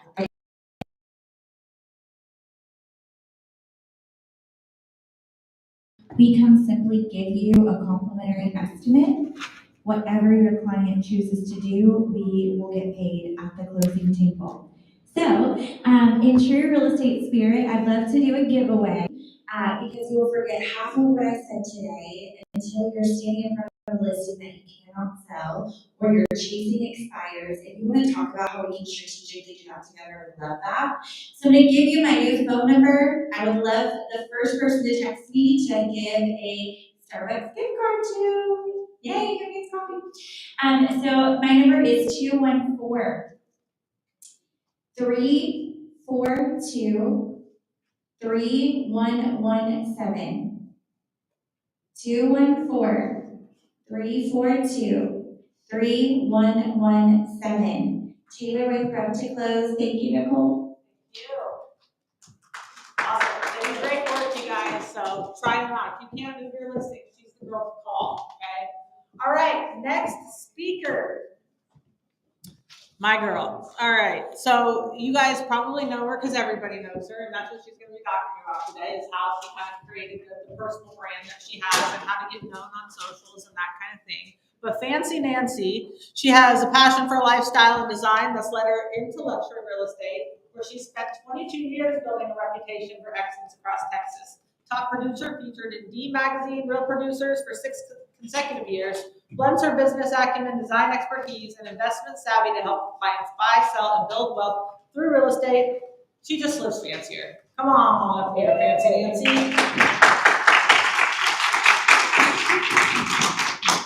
here. Right here. Easy as that, right? You got it. Yep. Hi everyone, I'm Fancy Nancy, and today I'm going to be talking about branding and how important branding your business is. Because you want people to be able to know who you are, recognize you just by, oh, there she is, that girl. So anything that kind of sets you apart is definitely, like Dawn said earlier, consistency is key, and the more consistent you are with your branding, the better it is going to be for you. Okay, so branding your business. It's just the code. Okay, so in real estate, again, it's really important to make sure that you are setting yourself apart. And so you do this through not just like your logos and your web design and all of your signage and all of that, but you want to make sure that you are kind of keeping yourself with your brokerage, but also separated just in case you want people to know you, not they're working with you because of who you are. So that's the most important part. So you want to make sure that that stands out. So the brand design components are going to be your business cards, your brand personality, your market and user research, and then obviously your logo design. So this is my logo for my business. It's obviously super intricate. It's a chandelier because I'm fancy. You can see the crystals have the state of Texas. It has a key, and then it has a house at the bottom. Those are all like representing me, luxury, fancy. So again, everyone is going to pick something that works for them and represents them because that's the ideal that you're trying to get across to your target market. These are my business cards, so you can see, again, it's very consistent with the font, the coloring, all the different things, because you want to make sure that consistency carries over in all that you're doing. And so you can read the brand textbook definition, incorporates your name, your design, your symbol. These are things that people, when they see it right away, they recognize you. So your brand is more importantly like an experience that you're giving people. So when I encounter my people, they feel like they're getting like a fancy experience. This is like my client events are always super fancy, and most of the time people kind of have like a fear of missing out when it comes to my events because I do make them kind of luxury exclusive. Again, it's an experience and a feeling that you're giving your people. So I don't always I like to brand me. So most of the stuff you see always says live just fancier. That's my tagline for life. I feel like when you go from an apartment to a house, you're living fancier. Just life in general, you should just be doing things fancy because YOLO, you never know. So that's like my brand. So I like to get that across. And so a lot of times that is what I push across instead of pushing like eXp or any brand brokerage that you're with.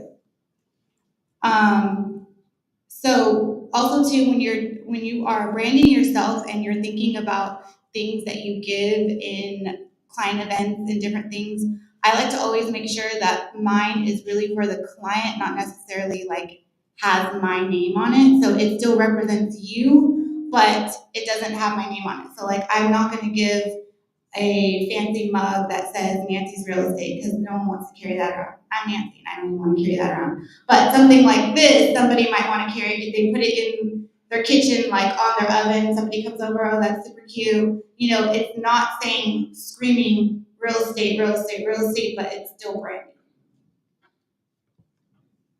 So, and it aligns with who I am and the message that I'm getting across.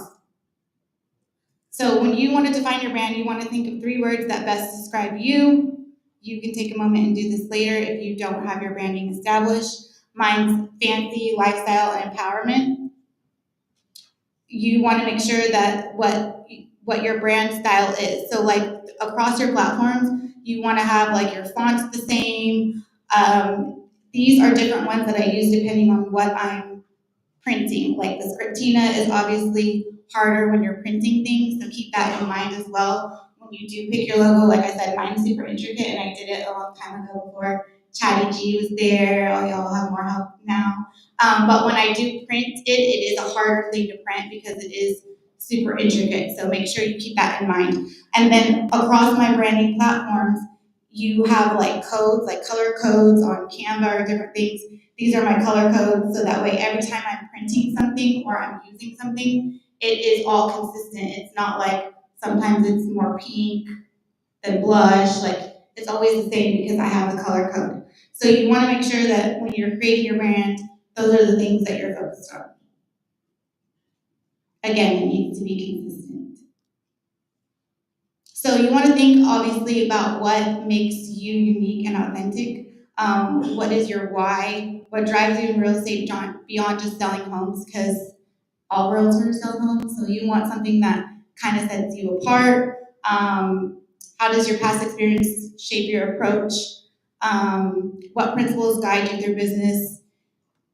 Obviously, your hobbies and your passions. What's really good about this one is that when you do events or different things, you can kind of stay in that space of things that you're good at. So if you're good at golfing, you'll want to gravitate towards those kind of Facebook pages and those kind of things, whatever it is that works for you, basically. And then who are you trying to connect with? Like, what's your ideal client? Like, so for me, if I'm talking about myself, my past experiences, I remember wanting to buy real estate. I bought my first condo at like 24, and I was at a phase where most of my friends were all getting married at that age, and that wasn't where I was. And I remember them being like, "Why are you buying something like that's so dumb? Like, what if you get married? And what if this and what if that?" And I'm like, "Yeah, so what if I do get married? Like, I can still have a house and I can rent it out, and it could be income, but like." That wasn't their mindset, it was my mindset, and I think that I kind of took that, and most of my clients that I brand with, or obviously you're working your sphere of influence, are women, and that was a drive for me. That was really important for me to make sure that I was speaking to women and saying, you can buy a house, you don't have to be married to buy a house. So you take your personal experience, and it drives you to find the people that you want to work with and different things to set you apart. So that has become a mission for me of just making sure I am spreading wealth that way through people that resonate with me. So my brand, this is my mission statement. You want to have a mission statement for your brand. So my brand, Live Just Fancy, embodies elegance, empowerment, and the pursuit of beautiful lifestyle. As Fancy Nancy, my goal is to bring signature filler to everything I touch, combining sophistication with a touch of sparkle, because I love all sparkly things. And so I like to inspire others. Like I do, like, this is Fancy Fridays, so people can see fancy things that happen on, whether it's something in a home or a fancy restaurant or anything like that, but you're adding value and giving information. So you want to make sure that you're portraying living experiences, because that's the main thing in your brand. It's an experience that you're giving. So you want to think about what your mission statement is. Another good example of this was mine, but everyone knows James Sharp Shoes, and he's amazing, and his mission statement, he has this whole charity with the shoes. Everyone knows him like that. He's branded himself amazingly, like Sharp Shoes. Every time we get together, we're like, hey, here's our shoes, take a picture. But that's how he's known, and everyone knows him because of that, and it all started with a charity that was close to his heart from his grandma and all the different things. So for me also too, like I have a design background, so I use that in my branding, and so it's meant to, again, mine's more girly and kind of girl powery. So all of that comes through in who I am and the experiences that I provide. So just make sure it's about you, because that's why people are working with you, not because of where you work, it's because of who you are. So again, you want to make sure branding checklists, preparation visuals, print materials. So I have like fancy chandelier, but then when I'm doing printing, I sometimes use this because it's obviously easier than the intricacy of your brand. So think about that when you are creating your brand again. And then again, your brand strategy outlines your mission statement, your buzzwords, your audience. You can make a mood board or anything like that that helps you pick colors, whatever gets you to the point of where you can create your brand. Again, now there's like ChatGPT, so that should be definitely helpful. So Logo, I showed you the secondary logo. The color palettes are the colors with the codes that we had, the fonts. Your icon would be your actual logo, and then branding photography. You want your branding photography to be professional. You can see print materials. It's kind of consistent on all platforms. This is my actual sign that I use, and then these are like my writers, but you see they all kind of follow the same suit, and they're all still super consistent with me and my brand. So, and your print materials are going to be your business cards, thank you notes, any printed guides or signage that you have. And then digital materials. So you have your website, social media templates. Again, if your templates, once you create them, if they are already created with your color codes and everything, you're really just kind of plugging in things for your system. So that's awesome. And then you want to make sure that you're obviously in compliance. So this is where the compliance comes in on your stuff of what you have to have for your brokerage. But again, this is the placement, guidelines, font specifications.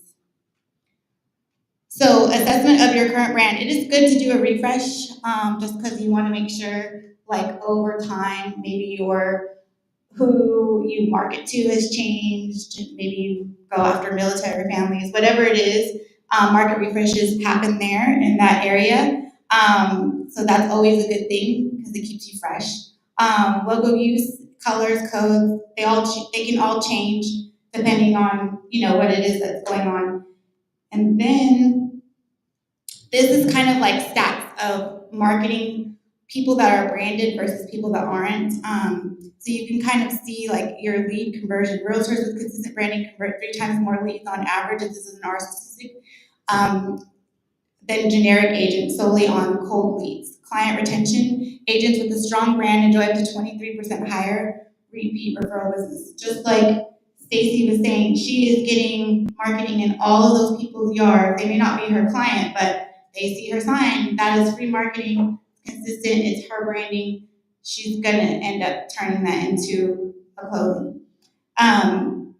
So you just wanna make sure that you are thinking about that because it is important. Agents with strong brand enjoy up to 23% higher repeat referral business. Again, they think of you as like, you know everything, you're the expert of that, like that's what you want.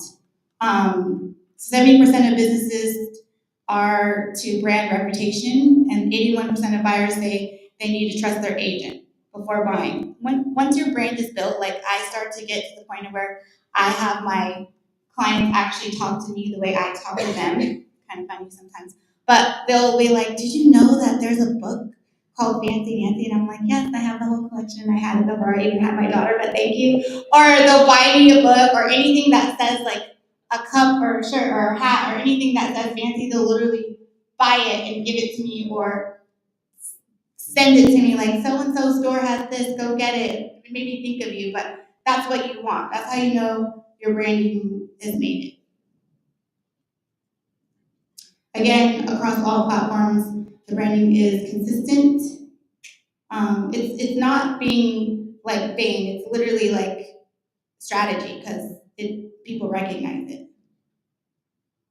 So first impressions on social media are important. You want to make sure your bio, your tone, and your visuals all represent who you are. You want to make sure your pictures are actually look like you and they aren't like old pictures because I've met people at like listings and people are like, oh, you look like your picture. And it's like, yeah, they must have interviewed people that don't look like their picture. Like it's so, like people feel like bamboozled when you do stuff like that. Or if you're posting about coffee, you're in coffee shops, you're talking about the greatest coffees and then you get to their house and they offer you coffee and you're like, no, I don't drink coffee. Oh, well, that's not what you said earlier. They feel kind of bamboozled because they're watching. So again, make sure it is consistent with who you are. And then you want to make sure you are obviously professional communicator, email signatures, everything looks professional. And then again, we talked about the post-branding gifts. I don't ever brand gifts that say my name on them. They all say live just fancier. It's something I'm giving. It's something that they feel is luxury. So you want to think about that when you're giving branding gifts. So, quick activity for you to come up with your rating, define your 3 words, audit your visuals, update your bio and tagline, create branded templates to make it easier, and maybe book a brand shoot to make sure your picture actually looks like you. And that's it. I think I got the timing down. Do you like myself? No, you're fine. Don was telling me how he was at an event with like 1,800 people and somebody with a live lab mic went potty, so we're okay in here, okay? That was embarrassing. I'm My just business saying. partner, 1,800 people, my business partner's gone, I can hear him talking to his wife, and I can hear the door close in the bathroom, and I can hear the zipper, and I'm like, turn them off! Our table in the back, that sound table, scary, almost. Hey, we're gonna bring Stacy back up again, and Haley, and they're gonna talk about open houses, in case you haven't figured out, they're pretty smart. So bring them back up to the stage. Come on, let's go.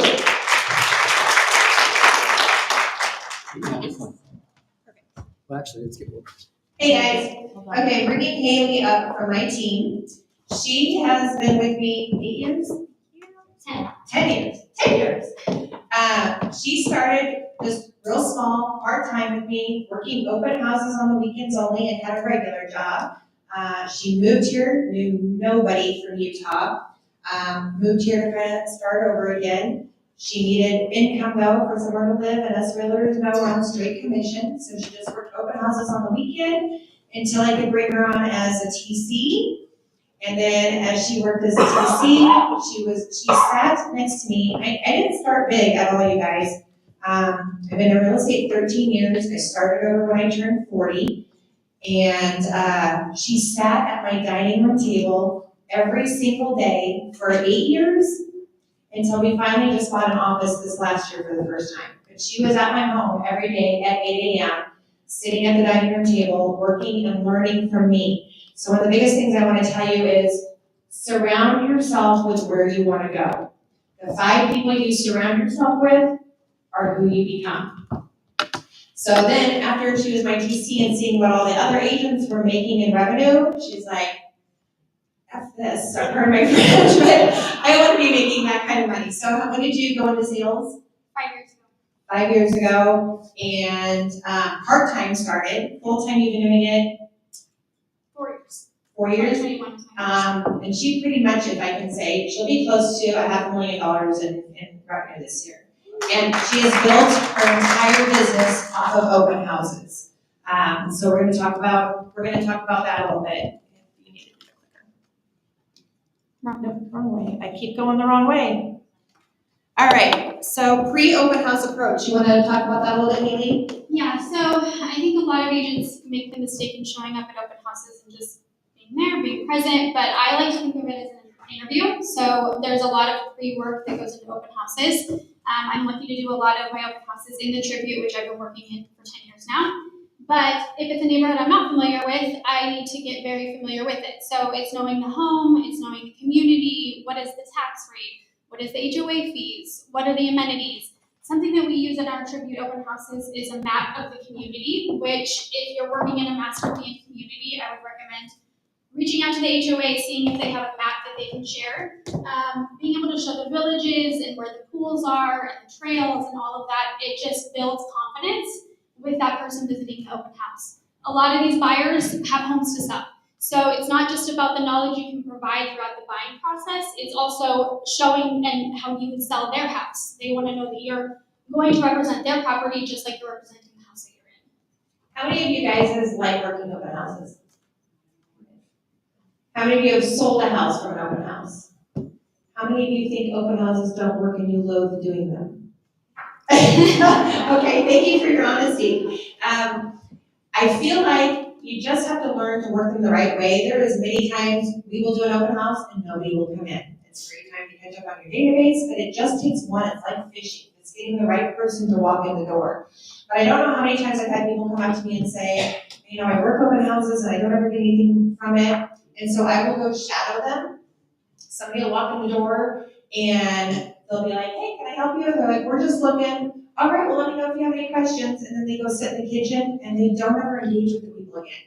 and the people come down the stairs and they head right out the door, they don't sign in, they don't do anything. That is a complete missed opportunity. And I want you to think about this, me as a listing agent, and the amount of money I spend on marketing for those open houses and to get them listed on the MLS, I want you to put this in your brain. It costs me $150 for every time somebody walks in that door. That's $150. If you as the agent working that open house, as a newer agent, walk in and you start to think, that person, I had to put down $150 for them to walk through the door. How much more effort would you put in to making sure they don't walk back out that door until you find out if they truly need an agent or not? It kind of needs to make your pocket hurt. And a lot of agents, it doesn't because you're working somebody else's open house. But it's very expensive to get people to walk in the door. We're lucky now that the laws changed because more and more people are walking into open houses because they don't want to sign a buyer rep agreement with an agent, so now they're coming to more open houses. So now is the best time ever to actually work an open house. Next, what do you do when a visitor enters the home, Haley? Yeah, so I like to give them some space. I'll hand them a flyer. I'll hit them with some details about the house and the community that are not on that flyer that I think are important. Some other things to gather before you get to the open house. A lot of people want to know why the seller's moving. It's good to understand the timelines. Some other things are any upgrades or major components that have been changed out on the house, just things that buyers like to know. So I'll give them space, let them walk around the house by themselves, but then I typically try to pull them back into the main space. I typically just tell them, hey, for this, the seller would really like everyone to sign in. It's a good way to get them back to where my setup is and get them filling out their information. And then I just start asking them questions, which I think is on the next slide.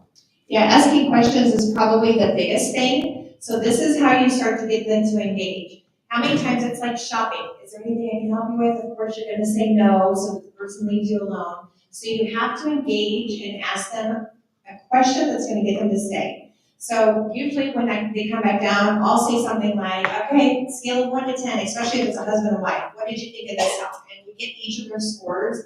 And it's kind of amazing how the husband will be like, I give this a 5. And the wife's like, 5? I absolutely loved it. He's like, yeah, the garage wasn't great. Well, of course the garage wasn't great. And the wife will be like, oh, I gave it an 8. And they don't even realize that they're not on the same page, but it gets them talking. We'll usually ask, where are you from, Dallas? Are you looking to move soon? You want to ask open-ended questions, not a question that they can say no. Another thing we don't do is we never say, are you currently working with a realtor? Because most of the time they're going to say, yep, taken care of. You want to phrase it in a way that gets them to truly open up. One big trick that Haley does is she learns the market where she's at. And if they're like, this just isn't the house for us, we wish it had 2 bedrooms down, and it doesn't. Haley immediately will be like, oh, you need 2 bedrooms down? There's actually 4 listings in the neighborhood right now with 2 bedrooms down. Come on, let me show you where they're at the map. She'll have a map of the neighborhood. They walk over and she can start gauging. She's becoming the expert in the neighborhood now. She knows where the 4 homes are that are what they're looking for. And she'll start to engage. But she will say, or she'll say, we've got one off market that I think would be a great fit for you. She may not even know which one it is off market that we have.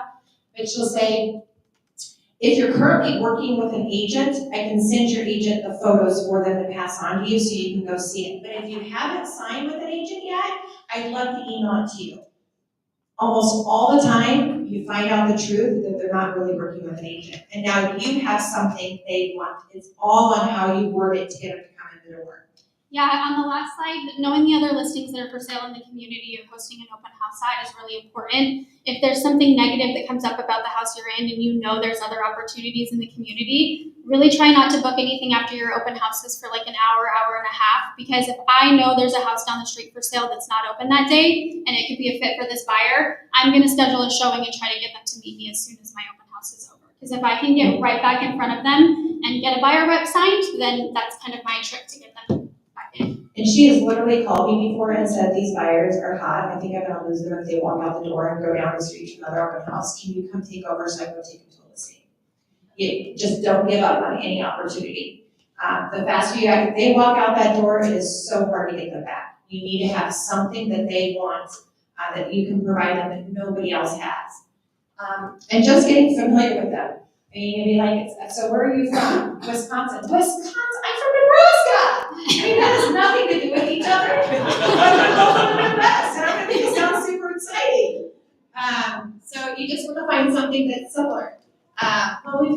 kids, one's at OU. Oh, you, my brother's son's best friend goes there. That's just amazing. So just find something familiar that you can start to talk about and become relatable to them. One of the biggest quotes is that on It's the last line. well, we'll get to the quotes, but one of them is, do you know what the quote is? It's at the very Oh, yeah. People don't hire realtors, they hire relatable humans, and it's so true. Everybody wants to make sure of that one. But it's true, when you're just stating facts, or you're not real open talking to them, they need something that's relatable, and you can find just about anything out there relatable with anybody. You just have to ask the right questions. Additional tips, Haley? Yeah, so that's part of it. Keep the conversation going. The more questions you ask them, the less talking that you do. The more they're talking, the more you can find where in their story, in their experience, you can add value. You want them to answer your phone call after that open house. So if there's something you can find that you can kind of drop a little pin of, hey, I'm going to contact you because I have this information, I think it'll be valuable, the more likely they are to actually answer your call after that open house. Ensure accurate sign-in. So how many people have had someone fill out a sign-in sheet? You go to call the phone number and it's an invalid number. I will look at the sheet before they leave and I'll say, can you repeat your phone number for me? I want to make sure I have it right on this sheet. You're going to find out real quick if that phone number they put there is accurate or not. Another tip we do there is we'll say, oh, here's your phone. I'm going to send you a text right now so you've got my information. That'll catch them off guard. A lot of people use online sign-ins. We tried that for a while and then we just had to go back to old school and fill out a card with them. It also helps them become more relatable when they have to put the pen in their hand and sit there and sign in and sign their information down. And then again, if they have a realtor, so obviously you want to respect that relationship, but as Stacey mentioned earlier, we have some tricks that we can use to find out if we do have an agent asking for their contact information for that realtor. You find out kind of quick if they're going to put their agent's information or they're going to put theirs. Photos, if they're asking a lot of questions about the house, the age of things, the roof, all of that. The seller's disclosure is a huge thing I'll use. Hey, I've got a form I can send you with a ton of information on the house, upgrades, anything you need to know. Do you want me to send that to your agent? If so, can I get their information, or do you want me to send it direct to you? If they wanted to go direct to them, we kind of know that their agent is maybe not, that maybe they don't even have an agent. You definitely want to respect if they have an agent, but there's tips and ways to award things to find out if they truly do or not. Another big one I learned is dress professional when you're at the open house. Jeans are even okay these days, but still be somewhat professional in the way you dress. And I learned very early on, we have the same setup if you've ever worked at an open house for us. The exact same signs, the exact same sign-in sheets, the exact same cookies, the exact same waters. One of my very first open houses I ever did, I had Fiji water out, and this couple came in and said, "You're serving Fiji water?" I'm like, "Yeah." They ended up putting an offer on the house, and when we closed, he's like, "It was because you had Fiji water." I'm like, "We are never buying anything other than Fiji water. I will buy Fiji water forever." But it's just, you never know what the little thing can be that sets somebody off and shows them who your personality is and what type of realtor you're going to be to them, and you want to be professional. Apparently Fiji water is more professional. So yeah, another tip is get to the open house early. Make sure you get your signs out. Make sure your door is open on time. You never know when those people are going to show up 3 minutes early. If you're in a community with new construction, put your signs in places that are going to drive that traffic from that new construction and model home into your open house. It works pretty much every time. yeah, and stay till the end. How many of you have started turning off all the lights and you go out the door and you're like, oh, somebody just pulled out, and then you run through the house real quick and turn them all back on? Yeah, it happens to everybody at some point. But that could be the one. It really could be. We give you that, and that's everything. Thanks, you guys. Thank you so much.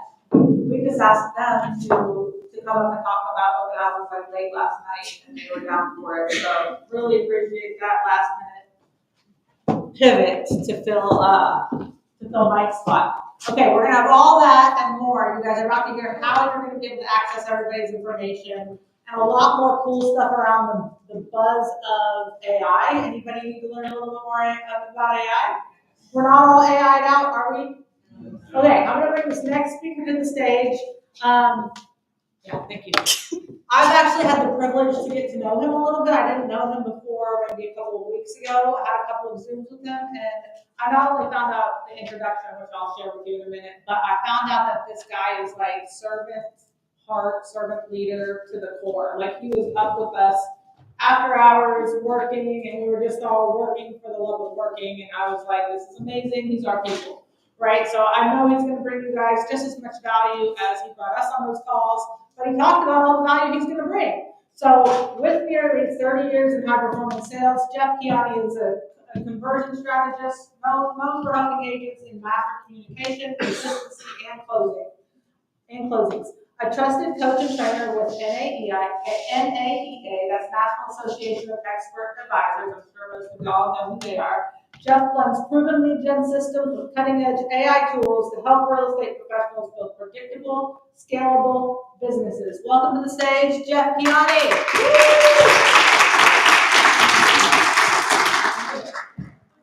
All right, what's up, everybody? Appreciate y'all. There's been, I think everybody can probably hear me. Y'all hear me all right? All right, cool. So really good stuff that I heard already. I spent a long time. I love Dawn and your expired, canceled for sale by owners, all that stuff. I spent a long time in that business, 15 years in the investment business for a long time. Okay, so a whole different world, but if you've ever seen Boiler Room Wall Street, the original Wall Street, okay, with Bud Fox, or Wolf of Wall Street, but like I lived in that environment for a long time, and it is nothing but cold calling all day long. And if you think calling an expired who actually had their home on the market is difficult, try to call somebody and ask them to write a check for $500,000. Okay, sight unseen. I'm gonna send you prospectus, call you tomorrow, we'll write the check if everything sounds good. Fair enough? Like that's a hard call to make. So the opportunity's out there every day, even if there's only one expired. That kind of hit a chord with me, so I wanted to make sure to show some love for Dawn and everybody else that's been sharing some really good information. I'm not going to ask you guys to take a lot of notes or anything, okay? I'm just going to try to keep things going for Dawn. It's getting a little warm in here. I promised Dawn, by the way, I wouldn't use any four-letter words today. So, but I might have lied, okay? We might use a few four-letter words today. Some of them might offend you. But we are here to finish strong and get stuff done, right, between now and the end of the year. So we're going to talk about some four-letter words, and some of them might offend you. Okay, maybe not. Let's talk about where we're at this year. Who had a goal this year? Raise your hand if you had a goal this year. Great.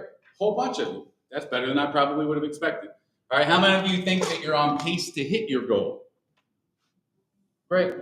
How many of you probably just won't quite hit it? All right, and that's all good too, okay? How many of you have a college degree? All right. Anybody here drop out of high school? All right, I got my fellow high school dropout with me. So I never graduated high school either, okay? But somehow we are all here, okay? We all made it here. We all have the same opportunity today. So it's important to realize no matter how y'all got here, we're all here. We all have the same opportunity today. I came from Salinas, California, if you know where that is. Anybody know Salinas, California? Yeah. All right, there you go. Probably spent more time in Monterey, I'm guessing, if you know Salinas. But that's where I came from, and I spent a long time on that dotted path, not doing a whole lot right, okay? I grew up in California and kind of had an unstable or colorful growing up, let's say, but I got to Texas as soon as I can or could, like they say when you get here, right? I got to Texas as soon as I could, and so that's where I got, is here, and I moved here in about 2000. That year, I was selling men's clothing at the Galleria, as a matter of fact. If y'all remember Harold's, anybody ever remember that Oklahoma City company called Harold's? There you go. So you know the Galleria store probably.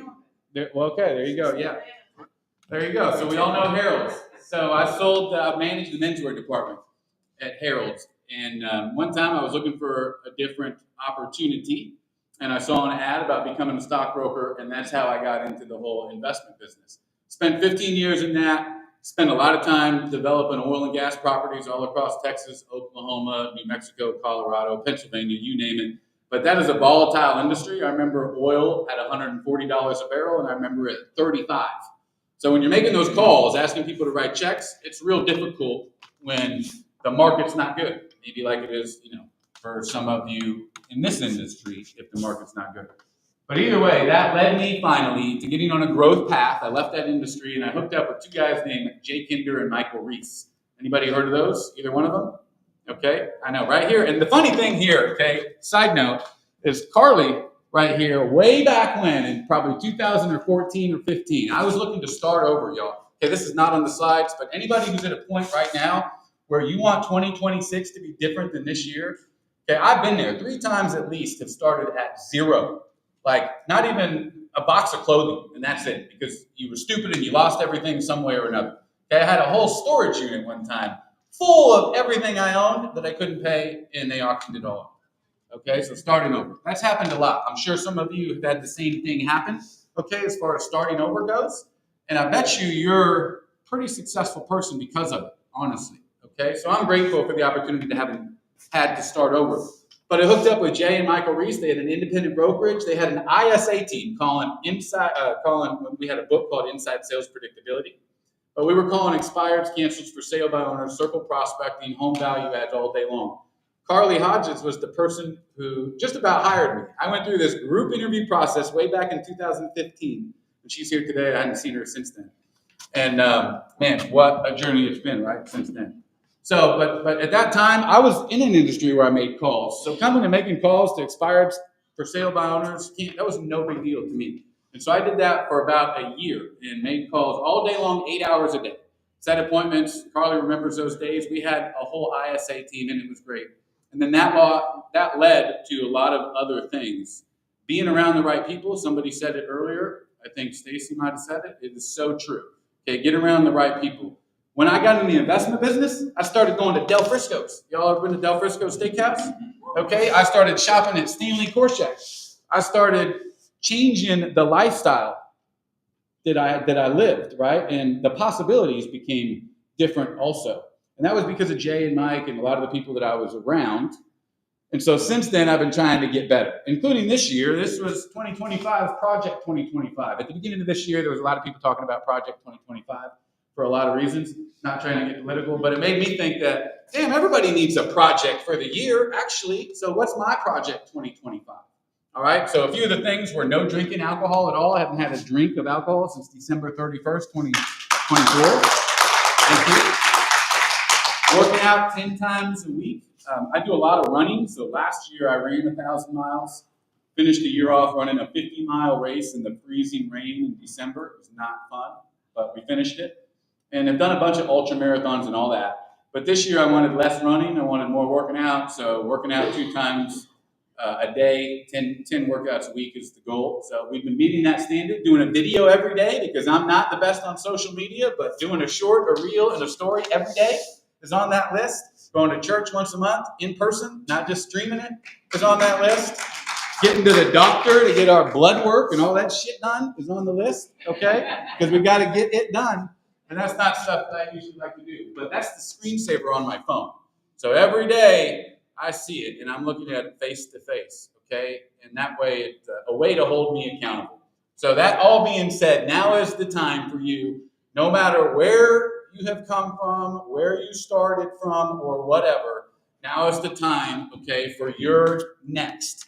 That's this next year has a chance to be your best year if you have the mindset to make it so, okay? And so we're going to ask y'all to think about a few other 4-letter words that might offend you if I haven't already, okay? And the first one of those is going to be goal. It's like a controversial word these days. People don't like it. I don't have a goal. I don't want a goal. You shouldn't have goals. I do have a goal. I don't want to talk about my goal. Whatever it is, right, you get an interesting response. I got to give credit to everybody here. A lot of you do have goals, and that's great. Now, let me ask you, though, out of all of you that have goals, how many of you have a real goal that's really yours? It's not because somebody said you're supposed to make $500,000 a year. Okay, I remember being at boot camps, working with Jay and Mike, and Jay talked about selling 500 homes a year, and he said, that was the most miserable time of my life, was selling 500 homes a year, he said, because he was doing it with 3 assistants. I imagine it was pretty miserable. But that becomes somebody else's goal. Somebody in the crowd, I'm going to sell 500 homes a year. Really? Like, is that, because you just told me that you wanted to spend 3 months on vacation. And so is it really your goal, or is it just this thing that you think that you should aspire to because it's what society might have put on you? All right. Some of you might be happy selling a dozen homes a year and being able to spend more time with friends or family. Or you could focus your efforts in a different area, maybe following some of the things that Stacy or somebody else has told you and get a higher priced sale for the same amount of work. Okay, so you make the same amount of money, but don't have to do any more work. So my challenge would be make sure that the goal is really yours. And then the other thing that people hate, every Monday I do an accountability call with agents and I pull up a spreadsheet and I say, okay, how many deals you got closed now? How many buyer agreements do we have signed now? How many listings do we have on the market now? How many deals do we have under contract now? How does that relate back to what we said we were going to do at the beginning of the year? Who wants to share first? Nobody. Anybody who's ever tried to do any kind of accountability call and get people to honestly have a discussion about their numbers, it's pretty tough, okay? But it's something that we got to be able to stomach, okay? Are we on pace? Those of you that raised your hand, I hope you raised it because you're on pace to reach your goal this year, or you already hit it, okay? Or are we off pace? Peter Drucker said we can't measure what we don't manage, and we can't manage what we don't measure. Either way, I think it goes the other way, but we got to be able to manage and measure. And that means these KPIs you hear about, calls per day. Dawn said she knows all of our numbers. I know for me back in the day, it was like every 18 conversations I had, I got a nurture. We called a warm person I could put in my pipeline. Every 50 conversations with the actual person whose name was on the lead, I got an appointment. 35 to 50. If you're brand new and you don't practice your scripting, 50 conversations, you're in money zone. If you're good like Dawn, 20 conversations. Just give me the real person that's on that lead, and out of every 20, we can get an appointment set. But we got to know some of the metrics to know if we're on pace to our goal or if we're off pace. There's less than 3 months left. By the way, this was the best time of my year back in the investment business. A lot of people take off in that business, much like real estate. Yet there is a ton of business because in the investment business, you've got people who have a ticking clock, and that's tax season. Okay, and there are decisions that can be made that impact their tax consequences. There are sometimes that in real estate. I know also we used to say that one of the things is that while there might not be as many people looking at homes, those that are typically more qualified and serious, right? And so there's plenty of ways to deal with that, but the opportunities are out there. I was at church on this last Sunday, okay, met the Project 2025 commitment, and they were talking about miracles, and something that was said may rub some of you the wrong way, and that was that miracles don't fix your situation always. Miracles don't always change things for the better. Sometimes the miracle is the fact that the opportunity is there for you to take advantage of. The opportunity that there was even one expired for me to call today in the Dallas-Fort Worth Metroplex is the miracle, okay? Sometimes the miracle is that we have to act on the opportunity that's in front of us. Okay, the miracle is the opportunity is there for you. It's your choice. You have a choice and you have an option. And that's the miracle. Sometimes we have to take the action, okay, to make it change the situation. And then sometimes it's just timing, okay? Sometimes timing isn't right. And so sometimes it's opportunity, sometimes it's timing. I work with Jay Kinder a lot on a day-to-day basis.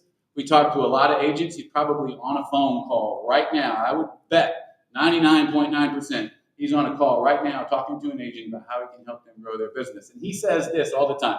Three things, maybe it's 4 words. But he said sometimes it's just when opportunity meets timing. Okay? Sometimes it's just when opportunity meets timing. And I think right now is one of those cases. Okay? There's plenty of opportunity. And now with AI and everything else that we have at our fingertips, there could be no better time than to get off our butt and go do what it is we said we wanted to do. Everybody here, I'm sure if I asked you, you'd say that you love what you do. But there are some of us that if you looked at my daily activities, they do not demonstrate somebody who loves what they do. So you love what you do, show me. Okay, that's the challenge, or one of them for this next year, so that we can all hopefully make this the year where we reach our summit. And I was looking at this slide over there, and I thought, summit, I wonder how they came up with that word. It's on my list, by the way, that Project 2025 to climb a mountain this year. Clock's ticking. Probably going to have to find a tall hill or something. But maybe. Don pointed me in a direction where somebody can take me up a mountain. But if you look at that word, there you go. It makes me think of, summit. It really is. It's the sum of all of our efforts that are going to get it. Okay, it's the sum of all of our efforts that are going to get us there. And today, with AI and technology, there's just more leverage that you can apply to do more in less time than ever before. So you can spend time on your $500 an hour work. Most of us, unfortunately, are spending at least 3 to 4 hours a day on $10 to $20 an hour work. And That, if it was redirected into spending some time face-to-face with a prospect where I get paid $300 to $500 or more, that's time better spent. So how do I buy time back? By getting that stuff off of my plate. And the last four-letter word here that we're going to discuss is one that some of you might really like, some of you might hate, and it's tech. Okay, all day long I hear agents on the other end of the phone or in person tell me, yeah, but I'm not really techy. I'm not good with technology, and we found that we do a lot of that stuff for the people that we partner with because it isn't everybody's strong suit, nor is it always the best use of your time. Okay, but we do need to definitely learn how to adapt. All right, real Jeff, let me jump in for a sec before you start quoting Zig Ziglar backwards in Latin or whatever you were about to do next. I like Zig Ziglar. Why are you interrupting me? Because let's be honest, these agents didn't come here just to listen. They came to level up. And if we don't get into the doing part soon, someone's going to start checking the MLS for open bar listings. Well, that won't be me. I'm not drinking. What did you have in mind? Glad you asked. We're about to hit the live fire portion. Okay, that the role play thing we're going to do? That's right. Scripts, objections, real world role play. Ricky Reflex is up next, and he's been practicing rebuttals like ChatGPT with a caffeine drip. All right, y'all ready? Y'all ready? My friend Ricky is locked in. Go ahead and tap to the next slide. Here we go. So we're going to share this all with you. The next slide I'm going to share after this is going to be a QR code. You guys are going to scan that QR code or go to a URL, and you're going to get all the slides, the scripts from Dawn, everything that everybody promised to give you today is all going to be available on a little app. Plus, I was a salesperson, okay, when I got into this industry of real estate. Give me a name and a number, and I'll close anybody anywhere, even that's BS, okay? Any of you that believe that, you're going to go gray, you'll burn out, probably say, I used to be a salesperson, tough racket, right? Not everybody is meant to be closed. You're supposed to walk away from a lot of people, so I don't believe that I'm supposed to close everybody now, okay? But along the way, I became a marketer. Working with Michael Reese, it's hard not to. And then in today's world, you've got AI. And if we're not using it every day, then I suggest that you should be. Okay, I heard some cool names for ChatGPT already today. Chatty G and a couple other names I hadn't heard. So I'll start using that because ChatGPT is like an exercise in announcing syllables or something. So much easier way to do it. But what I've done is I've created a bunch of prompts. If you guys are used to ChatGPT, the stuff we type in and tell it to do is called a prompt. And so I get into creating these prompts that, one long prompt, it might be 6 pages long, but then it just does a whole bunch of stuff as soon as I hit enter. All right, now I have a bunch of those that I've put into a folder that are going to be available for y'all on the app. So you're just going to take the prompts, like there's one that'll create your top 10 YouTube videos based on information you give it. There's one that's going to give you a 90-day content plan. And there's one that's going to role play with you. If you guys do want to make calls and you want to test your skills, then we've created a role play GPT for you that you can put in voice mode and actually talk to it back and forth and role play. So we're going to try to do that here just so you have an example. I'm going to click this and see if we can get this up and working today. And it is very sensitive if y'all have ever used any of these things. So this is what you're going to have. It's an actual GPT. Hopefully you guys have ChatGPT. And this looks familiar. So when you click the thing that's in the app we're going to give you, it's going to take you to this Production Summit GPT that's already built out. I'm going to click this little voice thing here, which allows us to talk. Hey there. I've got a really great feeling about us teaming up. How can I jump? And we're going to allow this here. Okay, well, I'm here at the Production Summit. Let's go ahead and get started with our role play exercise. Awesome. Let's dive in to get started with our role play exercise. Let me know which scenario you'd like to practice, whether it's FSBO, expired, circle prospecting, or any of the others. And also let me know your target market, city and state, plus your ideal client avatar. Once I have that info, we can get rolling. Okay, let's do expired listings in Frisco, Texas. Perfect. Expired listings in Frisco, Texas it is. Now tell me a bit about your ideal client avatar. Are you targeting investors, downsizers, move-up buyers, or maybe relocating families? And just let me know your name and brokerage so I can personalize the scenario for you. All right, let's say I'm looking for people that are upsizing. They probably had a new child, probably looking for like 4 to 5 bedrooms, maybe. Probably want to be close to some of the shopping and things like that. My name is Jeff with Jeff Kiani Home Team. That's all I got. Awesome, Jeff. Got it. So we'll focus on upsizing families in Frisco, Texas, probably looking for 4 to 5 bedrooms and wanting to be near amenities. Great. Now let me know the difficulty level you'd like to start with from 1 to 5, and we'll get your simulation set up. Okay, so again, when you guys do this and you hit copy, actually, you're just going to click the link and go to voice mode like you've seen, and you're going to give it your info, whatever your niche, target market, whatever, right? You're going to give it your info, your name, all that good stuff. I can't remember what the last question was it asked me. Oh, yeah, I was trying to skip that one. So it's also going to ask you what the level of difficulty you want is. So I have this thing built, like if you want to really, test your skill set, you say 5, and it might be a little cranky. And it really, might be like Dawn was saying, those people out there that aren't so nice. Okay, you put it on 1, it's probably going to be what we call a lay down and really easy. I'm going to go with 1. Perfect. A difficulty level of 1 it is. That means we'll keep it pretty warm and straightforward. All right, I've got everything I need. So let's switch on your voice mode and we can jump right into the role play. Let me know when you're ready to begin. Let's do it. I'm ready. Awesome, let's do it. So I'll play the role of a homeowner with an expired listing, and you can go ahead and start the conversation whenever you're ready. And I'll respond naturally, and we'll go from there. Let's get started. Hi, Stacy. My name is Jeff. Listen, I'm a real estate professional in the area, and I know your home recently had come off the market, so you're probably getting a lot of calls from real estate agents right now. I know that can be annoying, but just so you know, I wasn't looking to sell your home or anything today. Just wanted to understand why you were looking to sell the home in the first place. Absolutely, Jeff. I appreciate that approach. So I'll jump in as the homeowner. Hi, Jeff.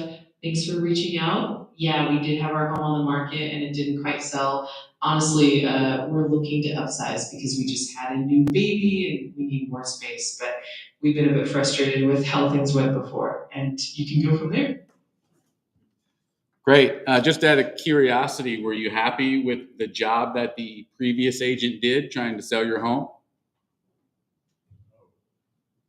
Well, to be honest, we felt like the previous agent could have done a bit more. The marketing wasn't quite what we expected, and we didn't get as much traffic as we had hoped. Plus, communication was a bit lacking. So we're definitely looking for a different approach this time around.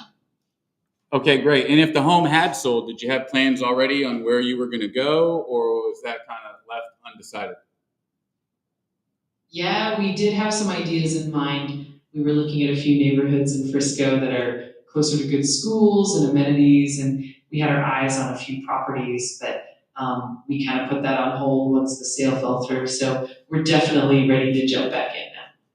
Great. Well, the reason I asked all those questions is at my office, we're all what we call certified home selling advisors. And what that means is we've been trained on 115 different variables that can affect the home selling process. And if you mismanage any of those, as you may have found, it can have catastrophic consequences, even causing your home not to sell. Why don't we do this? I can come by and meet with you. And when I do, one of 3 things will happen. You may like what I have to say. And if that's the case, I can explain to you how it works. You may not like what I have to say, and if that's the case, just let me know and we'll part ways. Or I may not be able to help you get the price you want or get the home sold in the amount of time that you want. And if that's the case, I'll make sure to be upfront and let you know. Fair enough? That sounds fair enough, Jeff. I appreciate your transparency and your approach. I'm definitely open to meeting and hearing what you have to say. Let's schedule a time that works for both of us, and we can go from there. Okay, that's great. We'll take care of that later. Let's go ahead and stop the role play session now. Sounds good. That was a great run through. If you'd like to do another scenario or dive deeper into any specific aspect, just let me know. Great job, and I'm here whenever you're ready. One more thing, actually. Go ahead and give me an analysis and score and everything on how you think I performed. Absolutely, I'd be happy to. Overall, you did really well. Let's break it down. First one, clarity and pacing. You had a very clear and friendly tone, and your pacing was smooth and natural. I'd give you a solid 9 out of 10 here. 2, effectiveness. You effectively built rapport and showed empathy by acknowledging the homeowner's frustrations, which was great. I'd say that's around an 8 out of 10. 3, rapport and influence. You did a great job of creating a welcoming atmosphere, and your approach was very personable. I give you an 8 out of 10 here as well. 4, script adherence and objection handling. You followed the structure well and handled objections smoothly. The ARP framework was present and you kept it natural. I'd say this is about a 9 out of 10. And 5, confidence. You were confident without being pushy, which is fantastic. That's definitely another 9 out of 10.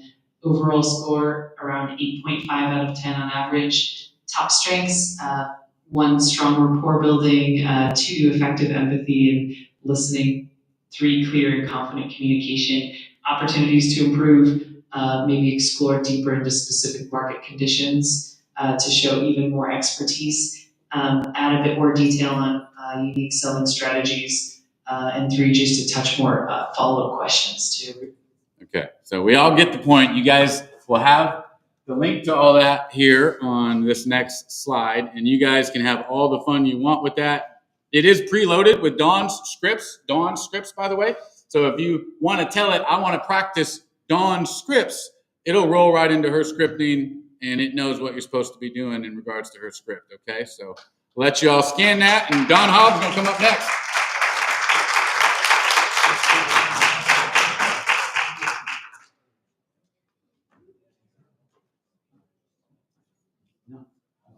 If you have any problem downloading that app with an iPhone, make sure you're on the Safari browser, and it'll allow you to save it to your home screen as long as you're on Safari browser.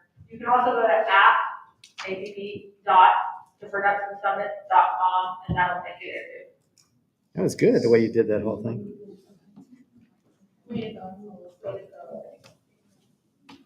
Y'all get it? How was that for cool? Let's give Jeff a big round of applause.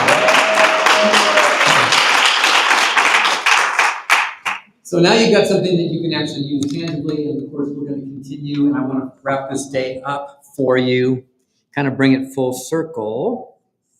And let's see what we got here. Do that. It's not working. If it's not working, go to app.theproductionsummit.com, that URL at the bottom of that slide right there. Go on. So it's worked for some people apparently. Go to your Safari and do that. And by the way, all of the speakers' contact information is there. If you have questions for them, you can feel free to reach out, and all the slide deck is there as well. I'm getting ready to sprint, Jeff. I'm getting ready to sprint. By the way, our intent also is to continue to add to this app as next year rolls around and we have additional speakers. All the content will accumulate. So you guys, this is going to be kind of a living, breathing app that we want you here, but if you have to miss, you can always check back and get the content and the value. And we're going to encourage speakers and presenters to give all they can. How many are happy that you're here today? I'll put in an early plug while you're doing some of this administrative stuff. January 8th, we're going to do it again. We're going to do all day. We've got an incredible speaker we're bringing in from Kansas City, Missouri. How many have ever heard of the E-Myth? The E-Myth. Raise your hands if you've heard of it. Surprising. Okay, more? So the E-Myth is probably one of my favorite business books of all times. How favorite is it? I gave more than 150,000 books away. Okay, I really love that book. Used to be, I would send it to people and say, read this before you show up, or it's not going to be super useful because you're not going to start off at the right level. You're just not going to understand. So I have that much faith in it. The reason I bring that book up is because that book was written as a generic book for business, and our friend Brad Horn got to meet Michael Gerber, who's a big deal in the business world, and wrote the E-Myth for real estate.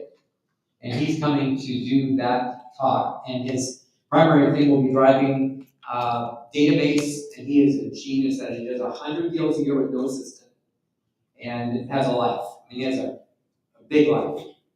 And how does he do 100 deals when most of us are born out at 10 or 12 or 15 or 20? It's because he's got people calling him constantly saying, come with me. So if you want to know that, he's going to be there. I'm going to be back. We're going to be doing, we've got a special guest that lives here in the area that you'll recognize from TV, but I'm not telling you yet, just in case he can't make it.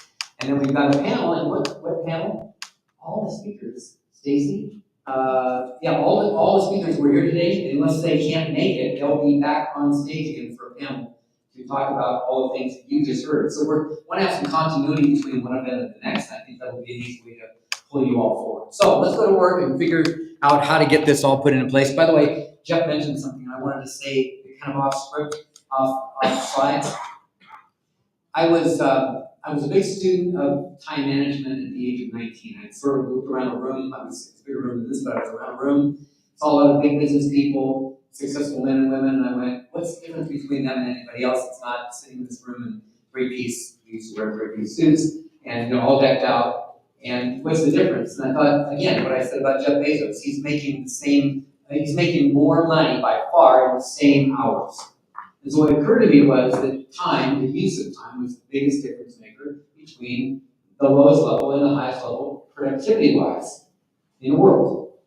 So I had a coach. Does anybody know the name David Allen, or does anybody know the book, Getting Things Done?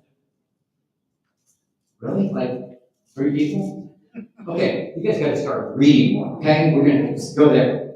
So Getting Things Done, big book, would be one of my highest recommendations. I said the other one was my favorite business book. This might be one of my favorite business books. And David Allen was a personal coach of mine. He now lives in Belgium or Netherlands, and built an entire system. People built all kinds of things around it.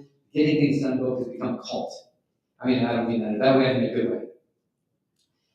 What I learned from David was a couple of things. I had 2 coaches at the same time. I had one that I paid $4,000 a month for 1 day a month.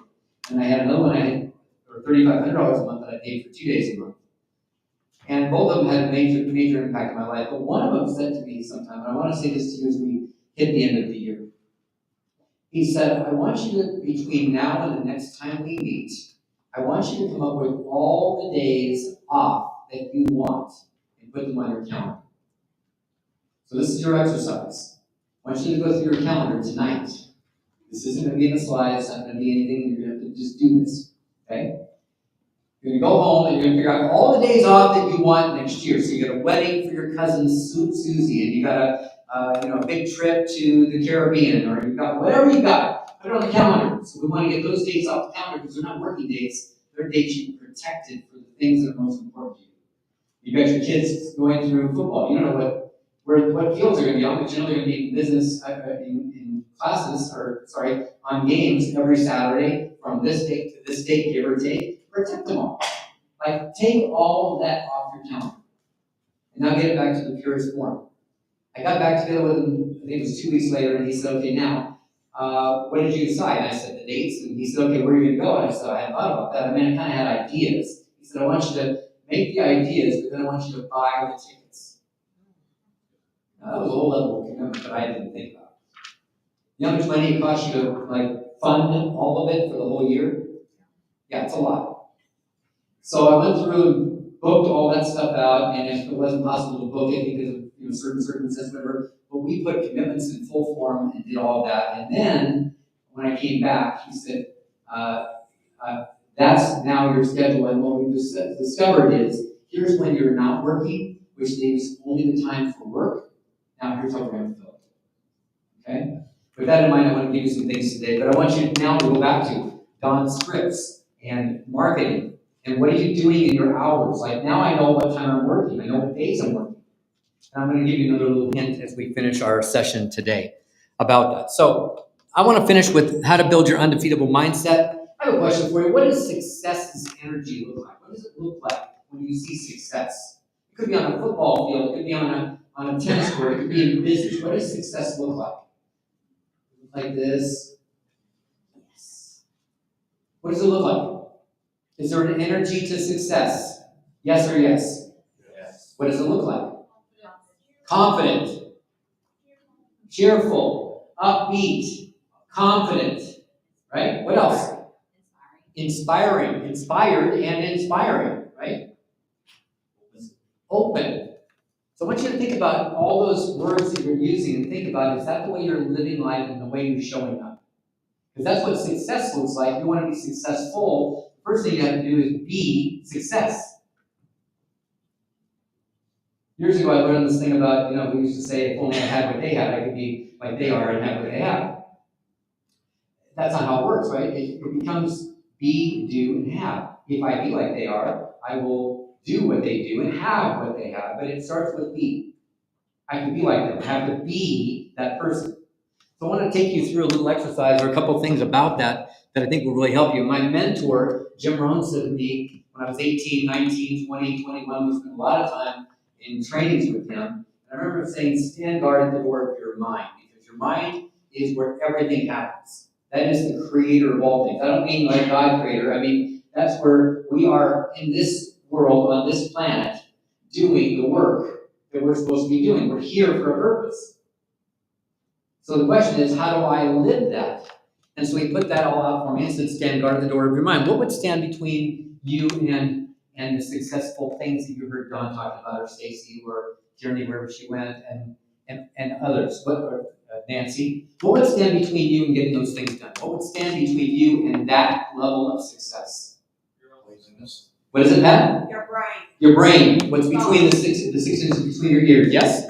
So what we also begin to understand is that when we were young, we had comments. Now again, Jeff, you talked about your home life. Mine was not great, right? I didn't have a super relationship with Dad. But I can tell you, even my mom and dad, as dysfunctional as they may have been in their way, I had this discussion where they would turn to me and say, listen, you show us who you're around, we're going to tell you what you're becoming. Anybody ever had that discussion, or say, they said to you, be careful with who you hang around, because it's going to be a difference maker for you, or it's going to turn you a different direction than you want to go, or it's not going to get you where you want to be. How many had that discussion in some way, shape, or form? By the way, if you didn't have it, how many have had it with your kids? Raise your hands. How important is it that we hang around the right people? Very. So I'm curious, when did it stop? Because at that age, it's very likely that you have that discussion. When does that stop? And yet here we are as adults. Are we really checking in on who we hang with and who we are around all the time? Because somebody said it, I think somebody said it, and maybe Jeff reiterated it, that we become the people we're around. Jim Rohn said you become the 5 people you're around. Tony Robbins calls it proximity. Tony refers to it as proximity. He says proximity is power. Being around the right people, being in the right rooms, getting in the right places, whatever that costs. I remember he told me a story one day. He said, I gotta tell you, funny, I got invited to be with a bunch of billionaires because they're thinking I'm like a coach, and of course they think I'm a billionaire, but I am a billionaire. And this was like, he was 26, 27 years old.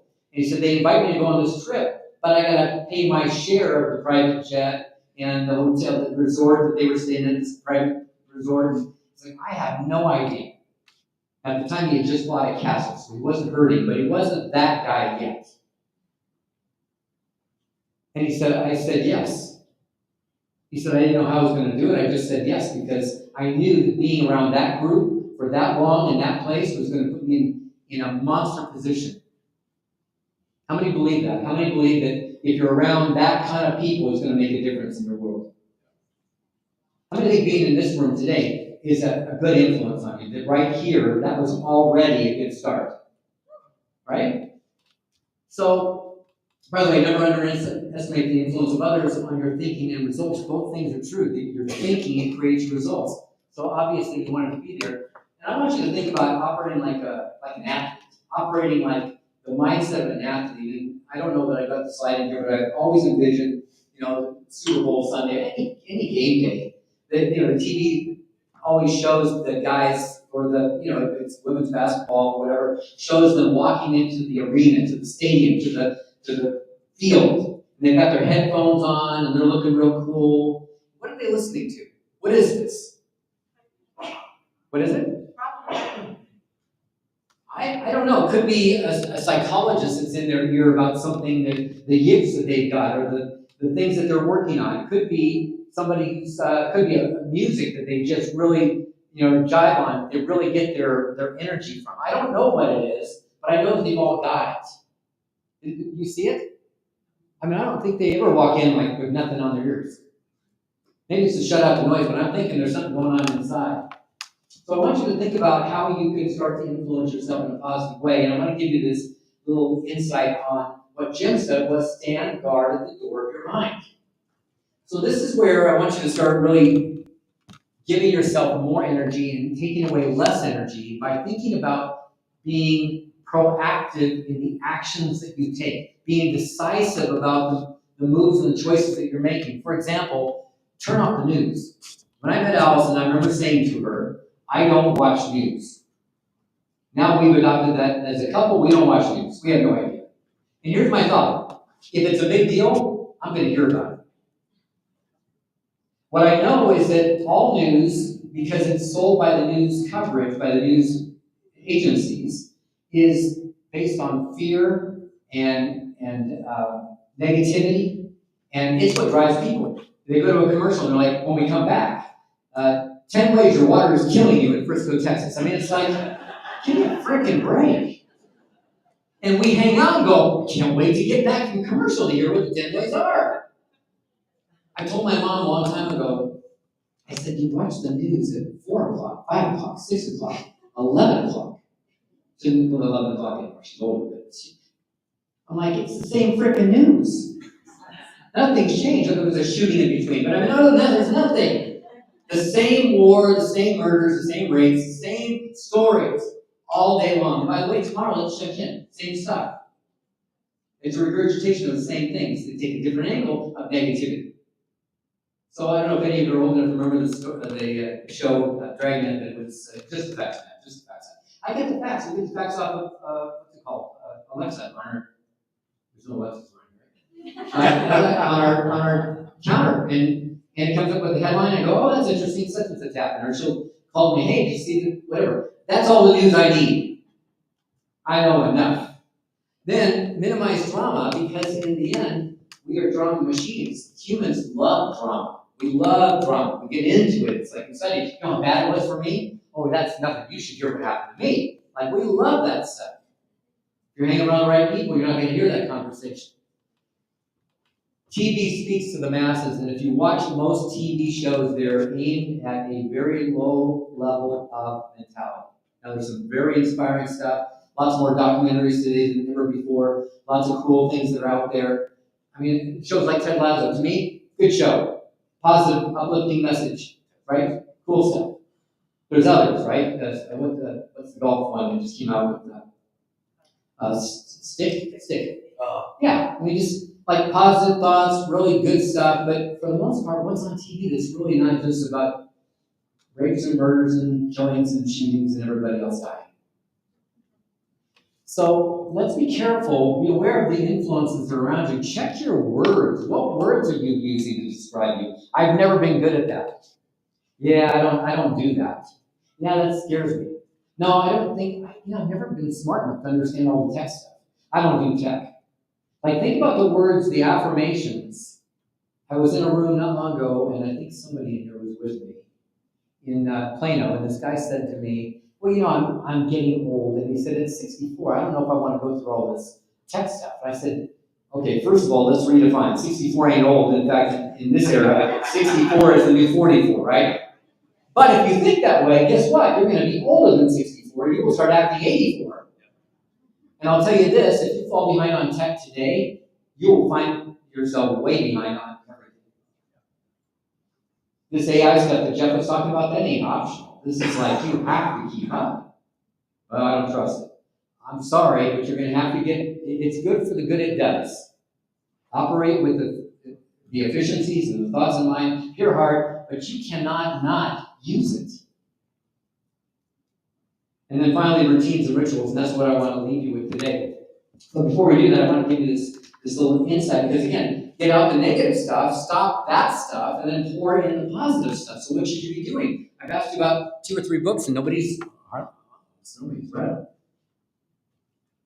There's a few good books out there. Oh, that's right, there's about 1,000 good books. We have a mastermind that goes on in the mornings, every morning from 9 o'clock to 9:30, our central time. 9 o'clock to 9:30. 30 minutes a day, mastermind. And people are reading a book, same book. So today's Wednesday, Friday, we start a new book. The book is called Fierce Conversations. Today and tomorrow, we're ending a book called, or we ended a book tomorrow, called Atomic Habits. Do you know in the last 2 years, that group has read 34 books and mastermind on every morning. How am I doing? What did I get from it? How am I using that? How am I applying that? What can I do with it? By the way, if you're interested in that, come up and see me. I'll get you information on how to get in there. It's free. You want to get around a positive environment of people that are leveling up and consistently growing? That's the group. And it's online, so you don't even go anyplace. You can do it in your jams. Okay? So books are a big deal. Reading your stuff that goes on in YouTube and the whole university. Jeff didn't make it through high school. I made it through high school, but I never went beyond that. Today we don't need, well, I'm not going to say that because somebody's going to be offended and you just paid $150,000 a year for somebody to go to Harvard. I'm just saying that what is true is today, most of what we're learning is online already. And AI is making it even faster and better. So elevate your circle of influence. My friend, I just saw Ches Wilson 2 weeks ago at the AI Marketing World Conference here in Dallas. By the way, it's happening here next year in Dallas. High recommendation. Badass stuff. Really good.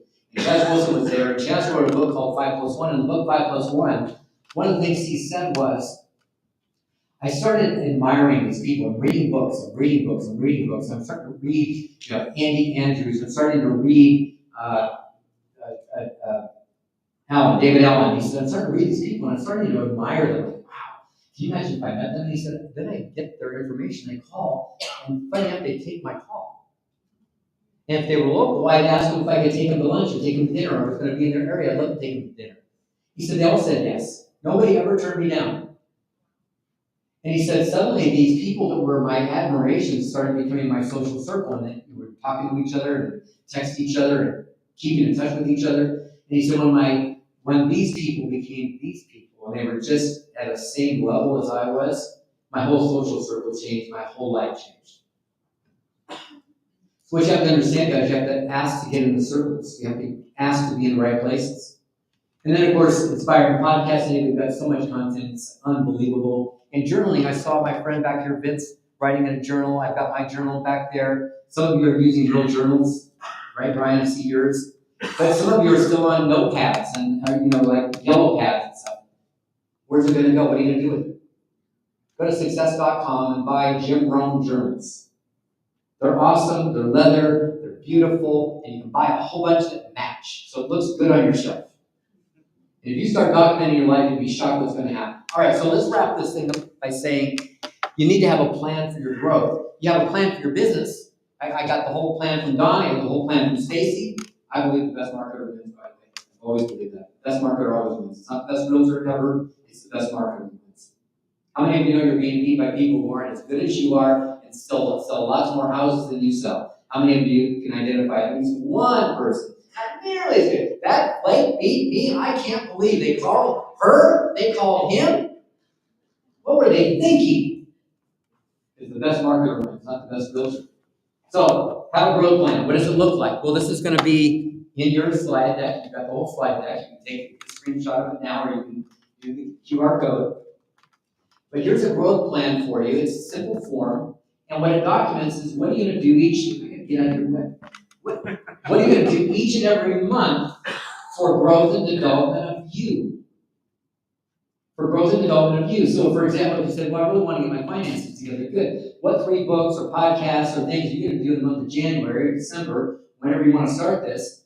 What are you going to do in that month that's going to move you forward? I'm going to take that seminar, I'm taking that training, I'm doing that online thing, I'm doing a podcast, and I'm whatever. What's your formula? What's your list? Come up with your plan.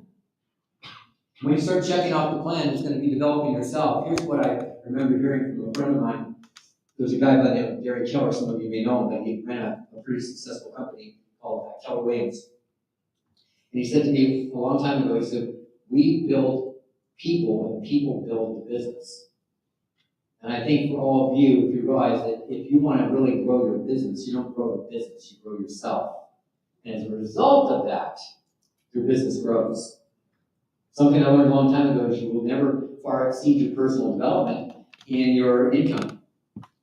So we came through this earlier today, and I said, you make all these moves, and you think you're doing something good, did this, did that, did whatever, action, action, action, action, to get anywhere you want to go, purposeful action. There's a gap between where you ended up, let's say for this year, and where you want to be. Jeff asked about that. Did you miss your goal by a little lot? You know? I want to show you how to do it exactly how it will work for you. 100% hit. There's a phrase that was used in the book, The 7 Habits of Highly Effective People. And the phrase was, begin with the end in mind. Go out. What does it look like when it's built? What does it look like when it's done? What does success look like? Now, it could be 1 year, it could be 5 years, 10 years, whatever. In fact, in this case, let's just take it from where you are now to where you want to be. And let's call it the end of 26. Let's just say the end of 26 for the sake of argument. So instead of going forward and taking that action, first action, next action, instead of doing that, let's go all the way out and say, great, if I want to be there, okay, so let's say 10 years, then I have to come back to this point, and if I'm at this point, at 5 years, I'm on track to be there in 10. If you ever golf, who knows how to golf?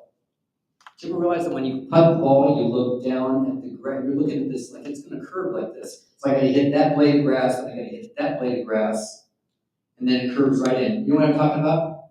Could be that severe, it could be much more gentle, but one way or the other, I've got a path for it.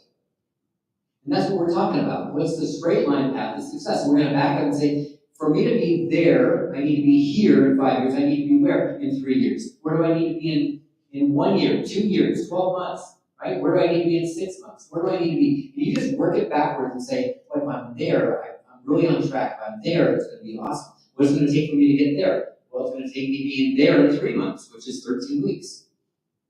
There's a book called, by the way, the 12-week year. Make that one of your books. 12-week year. And it talks about how to do sprints of a quarter. How do you do sprints of a quarter? And if you follow it, what you'll start to wonder is, could I actually do 4 years worth of work in 1 year? If I put 1 year's worth of work in 1 quarter, and instead of doing it once I'm accomplishing something over a month, I accomplish it over a week. And by the way, my coach that showed me this formula for getting my vacations and all that, he called it the vacation miracle. He said, did you ever notice how when you get to vacation time, you're going on vacation and you're leaving on Friday, that week you're super efficient? How many have ever noticed that? So what do? It's like somebody calls and says, hey, let's do coffee, or hey, let's have a beer, you say, not this week, we're leaving on Friday, I gotta get some stuff done. And you say, totally purposeful. And what if you lived in that way all the time? Because you already have your days off, you know when you're working, and you know when you're not. So now you just work on permanent vacation mode. That's what he said to me. I want you living in permanent vacation mode. The vacation miracle is what he called it.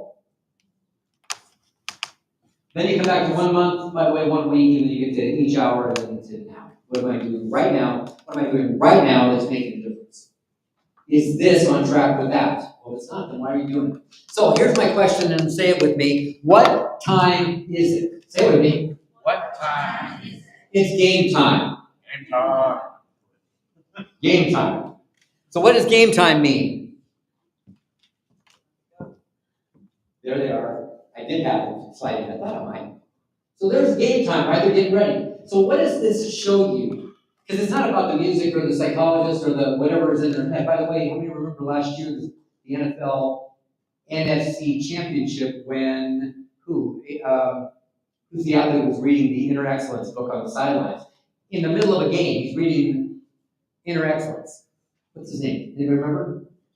A.J. Brown. A.J. Brown's reading the book. On the sidelines, reading the book. We're in the middle of a freaking NFL championship, and he's reading a book because he wants the mindset. How many think they have a ritual that's very specific before game time? Have you played some sports? Is there a ritual that goes into success? Is there? Yes or yes? So what does that ritual look like? Like, when does it start? Well, we want to go and figure it out. What we really want to do is we want to figure out what time is your game time. So what's game time for all of us? Game time is our first appointment of the day. And you know what I loved about what Dawn said is her time is protected between what time, Dawn? 8 and 10. 8 o'clock, she goes on. That's game time. Now maybe it's earlier. Maybe she said, no, my game time is 7, but at 8 I go into calling time. What's your game time, Dawn? When does business start? 8 o'clock? Okay, all right. So she's in at 8 o'clock, and she knows that. By the way, most of us don't have that. We go, I don't have anything tomorrow, so I'm going to sleep in. That's not the way to work it. There's a schedule to success, right? There's a thing. So we're going to put the routine together, and what does your morning ritual look like? That's what I want you to come out of this with. And I'm going to give you all kinds of blank spaces there. We're going to put game time at the end. And you're going to identify what time is game time. So right next to that, on your paper, what is game time for you? For Dawn, it's 8 a.m. What's it for you? Who wants to throw one out? By the way, 11 o'clock is not acceptable. I can predict your future. It isn't working. Okay? 9 a.m.? Doesn't matter. It could be 9, 8:30, could be 6:30, could be, Jeff, what time did you start your calls for the investors? What time did you make calls? 7:55. So we had a specific time, game time, and everything before that builds him into the mindset of success. Because we know what success looks like. It's confident, ready, and enabled. Yes? So I put some things together for you and just said, this may be some things that you might want to consider. Doesn't mean you have to do all, doesn't mean these are yours. Just means these are things that could be good. How fast can you get some protein in your body? Start the body fuel. You know, even if you have breakfast later, how do I get something in my body instantly? Right? You got warm water and purify the system. It's going to flush the system. What time do we need to wake? Now here's the interesting part. Game time is at the very bottom. If you go back up this way and then up the next level and then up the next level, what you're going to discover is how long does it take you to dress and get ready? For some people, it's going to be an hour. For some people, it's going to be 15 minutes. I don't know. I'm not judging. I'm just suggesting to you, you have to figure out how long that is. And then before that, it's net time. It's fire listening. What does that mean? I'm doing something else. I may be making breakfast. I may be hanging out, doing something, but I'm listening to something powerful, positive that's going to input to my life. Yes? Net time. No extra time. Connect with family. So we're all having breakfast together. Cool. Done deal. Protein breakfast. Yes. Move, walk, workout. What does that look like for you? Some people do it in the afternoons. I think you'll find, and Jeff does 2 a day apparently, I think you'll find most people that have the best workout routines do it in the morning, not in the afternoon. Hard sometimes when you've had a rough day to go, I still got to go to the gym. Easy to get up and say, I'm going into the gym. And by the way, do you feel more energized or less energized after being in the gym? So wouldn't that be a great way to go? Do you know that the basketball players play a game at 7:30 at night? You know they're in the gym sometimes as early as 4:30 or 4 o'clock in the afternoon? They're pumping weights. You ever tried that, pumping weights and then shooting a basketball? It's like spaghetti arms. But they've got the routine down. Then they ice down. Then they get massage. Then they shoot around. Then they do all the stuff that's necessary to get themselves ready for what? Game time. How many like the idea of this? Make sense? So here's 3 questions for you. 2 questions and a thought, and that is, who do you need to be? Write this down. This will be very important. Take a picture of it. Yeah, that'll work. Take a picture of it. So I put a little camera out there. Who do you need to be? Who do you need to be? By the way, write this little phrase. Different from who you're being. I think it's whom. Who do you need to be different from whom you're being to have everything you want in life? What do you need to do, caveat, comma, different from what you're doing now to have everything you want in life? See you, Kevin. See you, Kevin. Bye, Kevin. Bye. Still. Oh, I'm always going to point that out. I usually call people out. Yeah, I do. So who do you need to be different than who you're being right now to have everything you want? What do you need to do different from what you've been doing to have everything you want? And if you be and do different, you'll have what you want. Does that make sense? Yes? Yes. All right, Jim Rohn said you can have more than you've got. We're going to finish up here in the next 3 minutes, so if you don't have to leave, give me 3 minutes. Jim Rohn said you can have more than you've got because you can become more than you are. Meaning, I can have more because I can be bigger. That's within my capabilities. I showed you guys last month or 2 months ago leverage points, leverage personal development, systems and structures, and systems. Third was marketing, and fourth was people. And personal growth is the beginning of it because I can leverage me right off the bat. I can get better. I can get better. I can be better. Okay. So you can have more than you got, so you can become more than you are. And by the way, I said it a little differently, which is you can have more than you got when you remember who you are. I want you to really hear what I just said. When you remember who you are, God didn't create no junk. You were created in a big way. You were created for greatness. You were created to do big things. Anything less than that is something that you bought into. Everything less than that is something you believed in. Everything less than that is something somebody else told you that you accepted. And by the way, when you're 5, 6, 7, 8 years old, I get it. I had that same stuff being said to me. But I can also tell you that at some point it becomes a choice. And what I want you to hear is that you're better than you know, you're bigger than you know, and I want you to hear that before you leave today. And I want to finish this with a favorite thing of mine. By the way, on Netflix right now, they are running a show that I haven't seen on TV for, I think, forever, but it's a movie called Coach Carter. Anybody ever seen Coach Carter? If you didn't see Coach Carter, watch it. If you're not on Netflix, go to your friend's house and watch Carter. Coach Carter was a movie that was transformative, and it's, by the way, about a real coach in Oakland, California, that transformed young men's lives by helping them, by coaching them, not just in basketball, and they went on to win championships. These were, you think life was rough, these guys they were on the wrong side of town. Guns, drugs, you name it, everything was possible in their world, and they're trying to play basketball. And he had some very strict rules and created boys and turned them into men. That's banned. But it wasn't them, that was the basketball team. That was a joke, but it didn't work. So Coach Carter, at the end of the movie, I remember being in the theater and watching this movie, and all this stuff has transpired, drugs, and he rescued kids from stuff they shouldn't have been in. It's like amazing movie, an amazing human being. True story, he's still alive, does movies. And this kid stood up in the classroom, like where you are, Jim. Stood up, and he's saying to the coach, thanks, for you changed my life. But he said these words, and I remember hearing the words, and I had never heard the poem before, I'd never heard this writing before, but I remember the kid started talking, and I grabbed a phrase, and I typed it into my phone, and it came up Google, Our Deepest Fear, Marianne Williamson. How many know the poem or the saying or the phrase? It's pretty powerful. Listen to me as I say it to you, okay? I'm going to recite this from memory if I do it right. Marianne Williamson wrote a book called A Return to Love. And by the way, if you don't believe love is at the basis of all things, you're missing the point, probably especially with your clients, because loving on them is probably the best way to have repeat clients forever.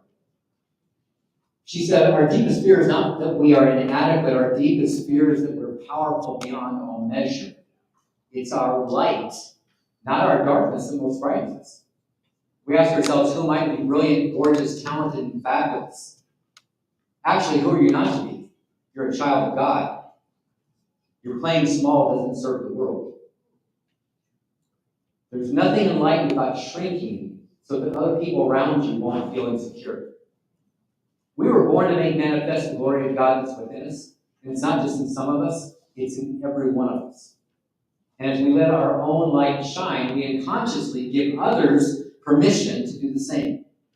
As we're liberated from our fears, our presence automatically liberates others. Pretty well said, huh? Not me, her. I want you to hear this. You are bigger than you know. Stop playing small. Dig in. Right now is your chance. You're setting a tone for next year. You want it to be different? It starts today. Give the neighbor right next to you, give him a high five and say, you got this.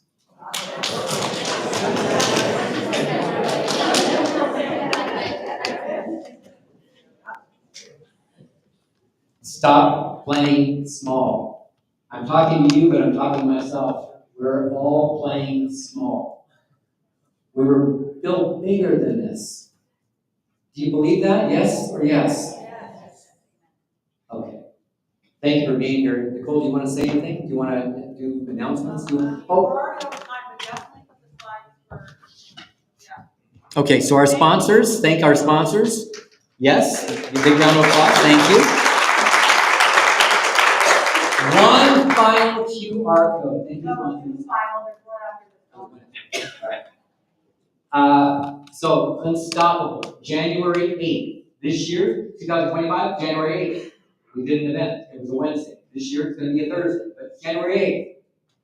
Just fast enough to kick in the butt right after the New Year starts, get you out of the holiday mode and into action.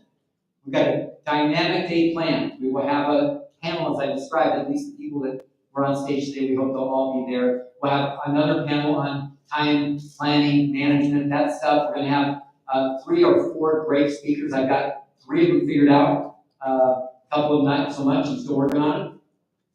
But I would love for you to be there, and I would love for you to go there now. The price on it, did you see? Did you see how much it was? $3.99? No. $108 with the fee tax, okay? I'm going to give you a code right now. People already walked out, they don't know. They buy it, so sad, too bad, they left. Okay? I'm giving you a code, GROWTH, GROTH.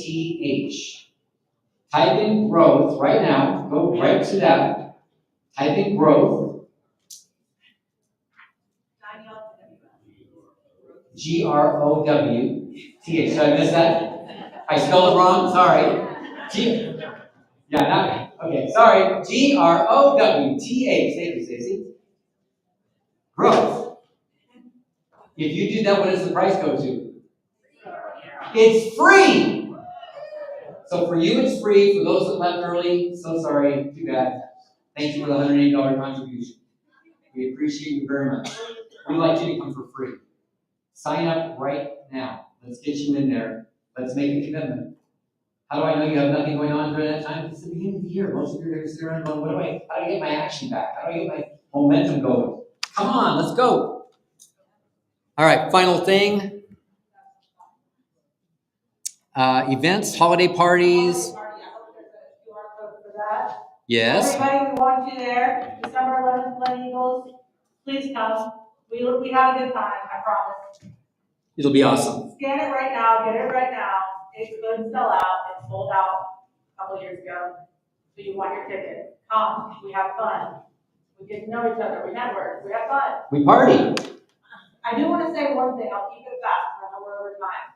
I was in a session done by Dean Frederick a couple weeks ago. If you guys want an easy way to generate leads, I saw it before my 2 eyes. There were several people in the room that walked away in that hour session with 30, 40, 180 leads, I think 80. And all they did was send a text out to anybody that they could think of in their phone, mainly focusing on those connectors, those people that know people, and those people that are willing to connect people. We all have them in our lives. Find those people because those are the money makers, but also just send a text. Hey, I'm in a contest. I need real estate leads. Who do you got for me? I need them now, fast. I can't talk right now. And see what comes back. Shocking what happens. Do it right now before you leave. Just sit there, talk to a friend. And by the way, you can do it any time too, but you don't actually need to get a contest. But I am curious, you guys on the app, it's my contact information. Whoever can get the most by the end of the day, and be honest, I have another gift card. Nice. Thank you guys for being here. Appreciate you so much. Thanks for our panelists. And Jeff, thanks for being here. Thanks for everybody being here. Nicole, great job on setting it up. Thank you.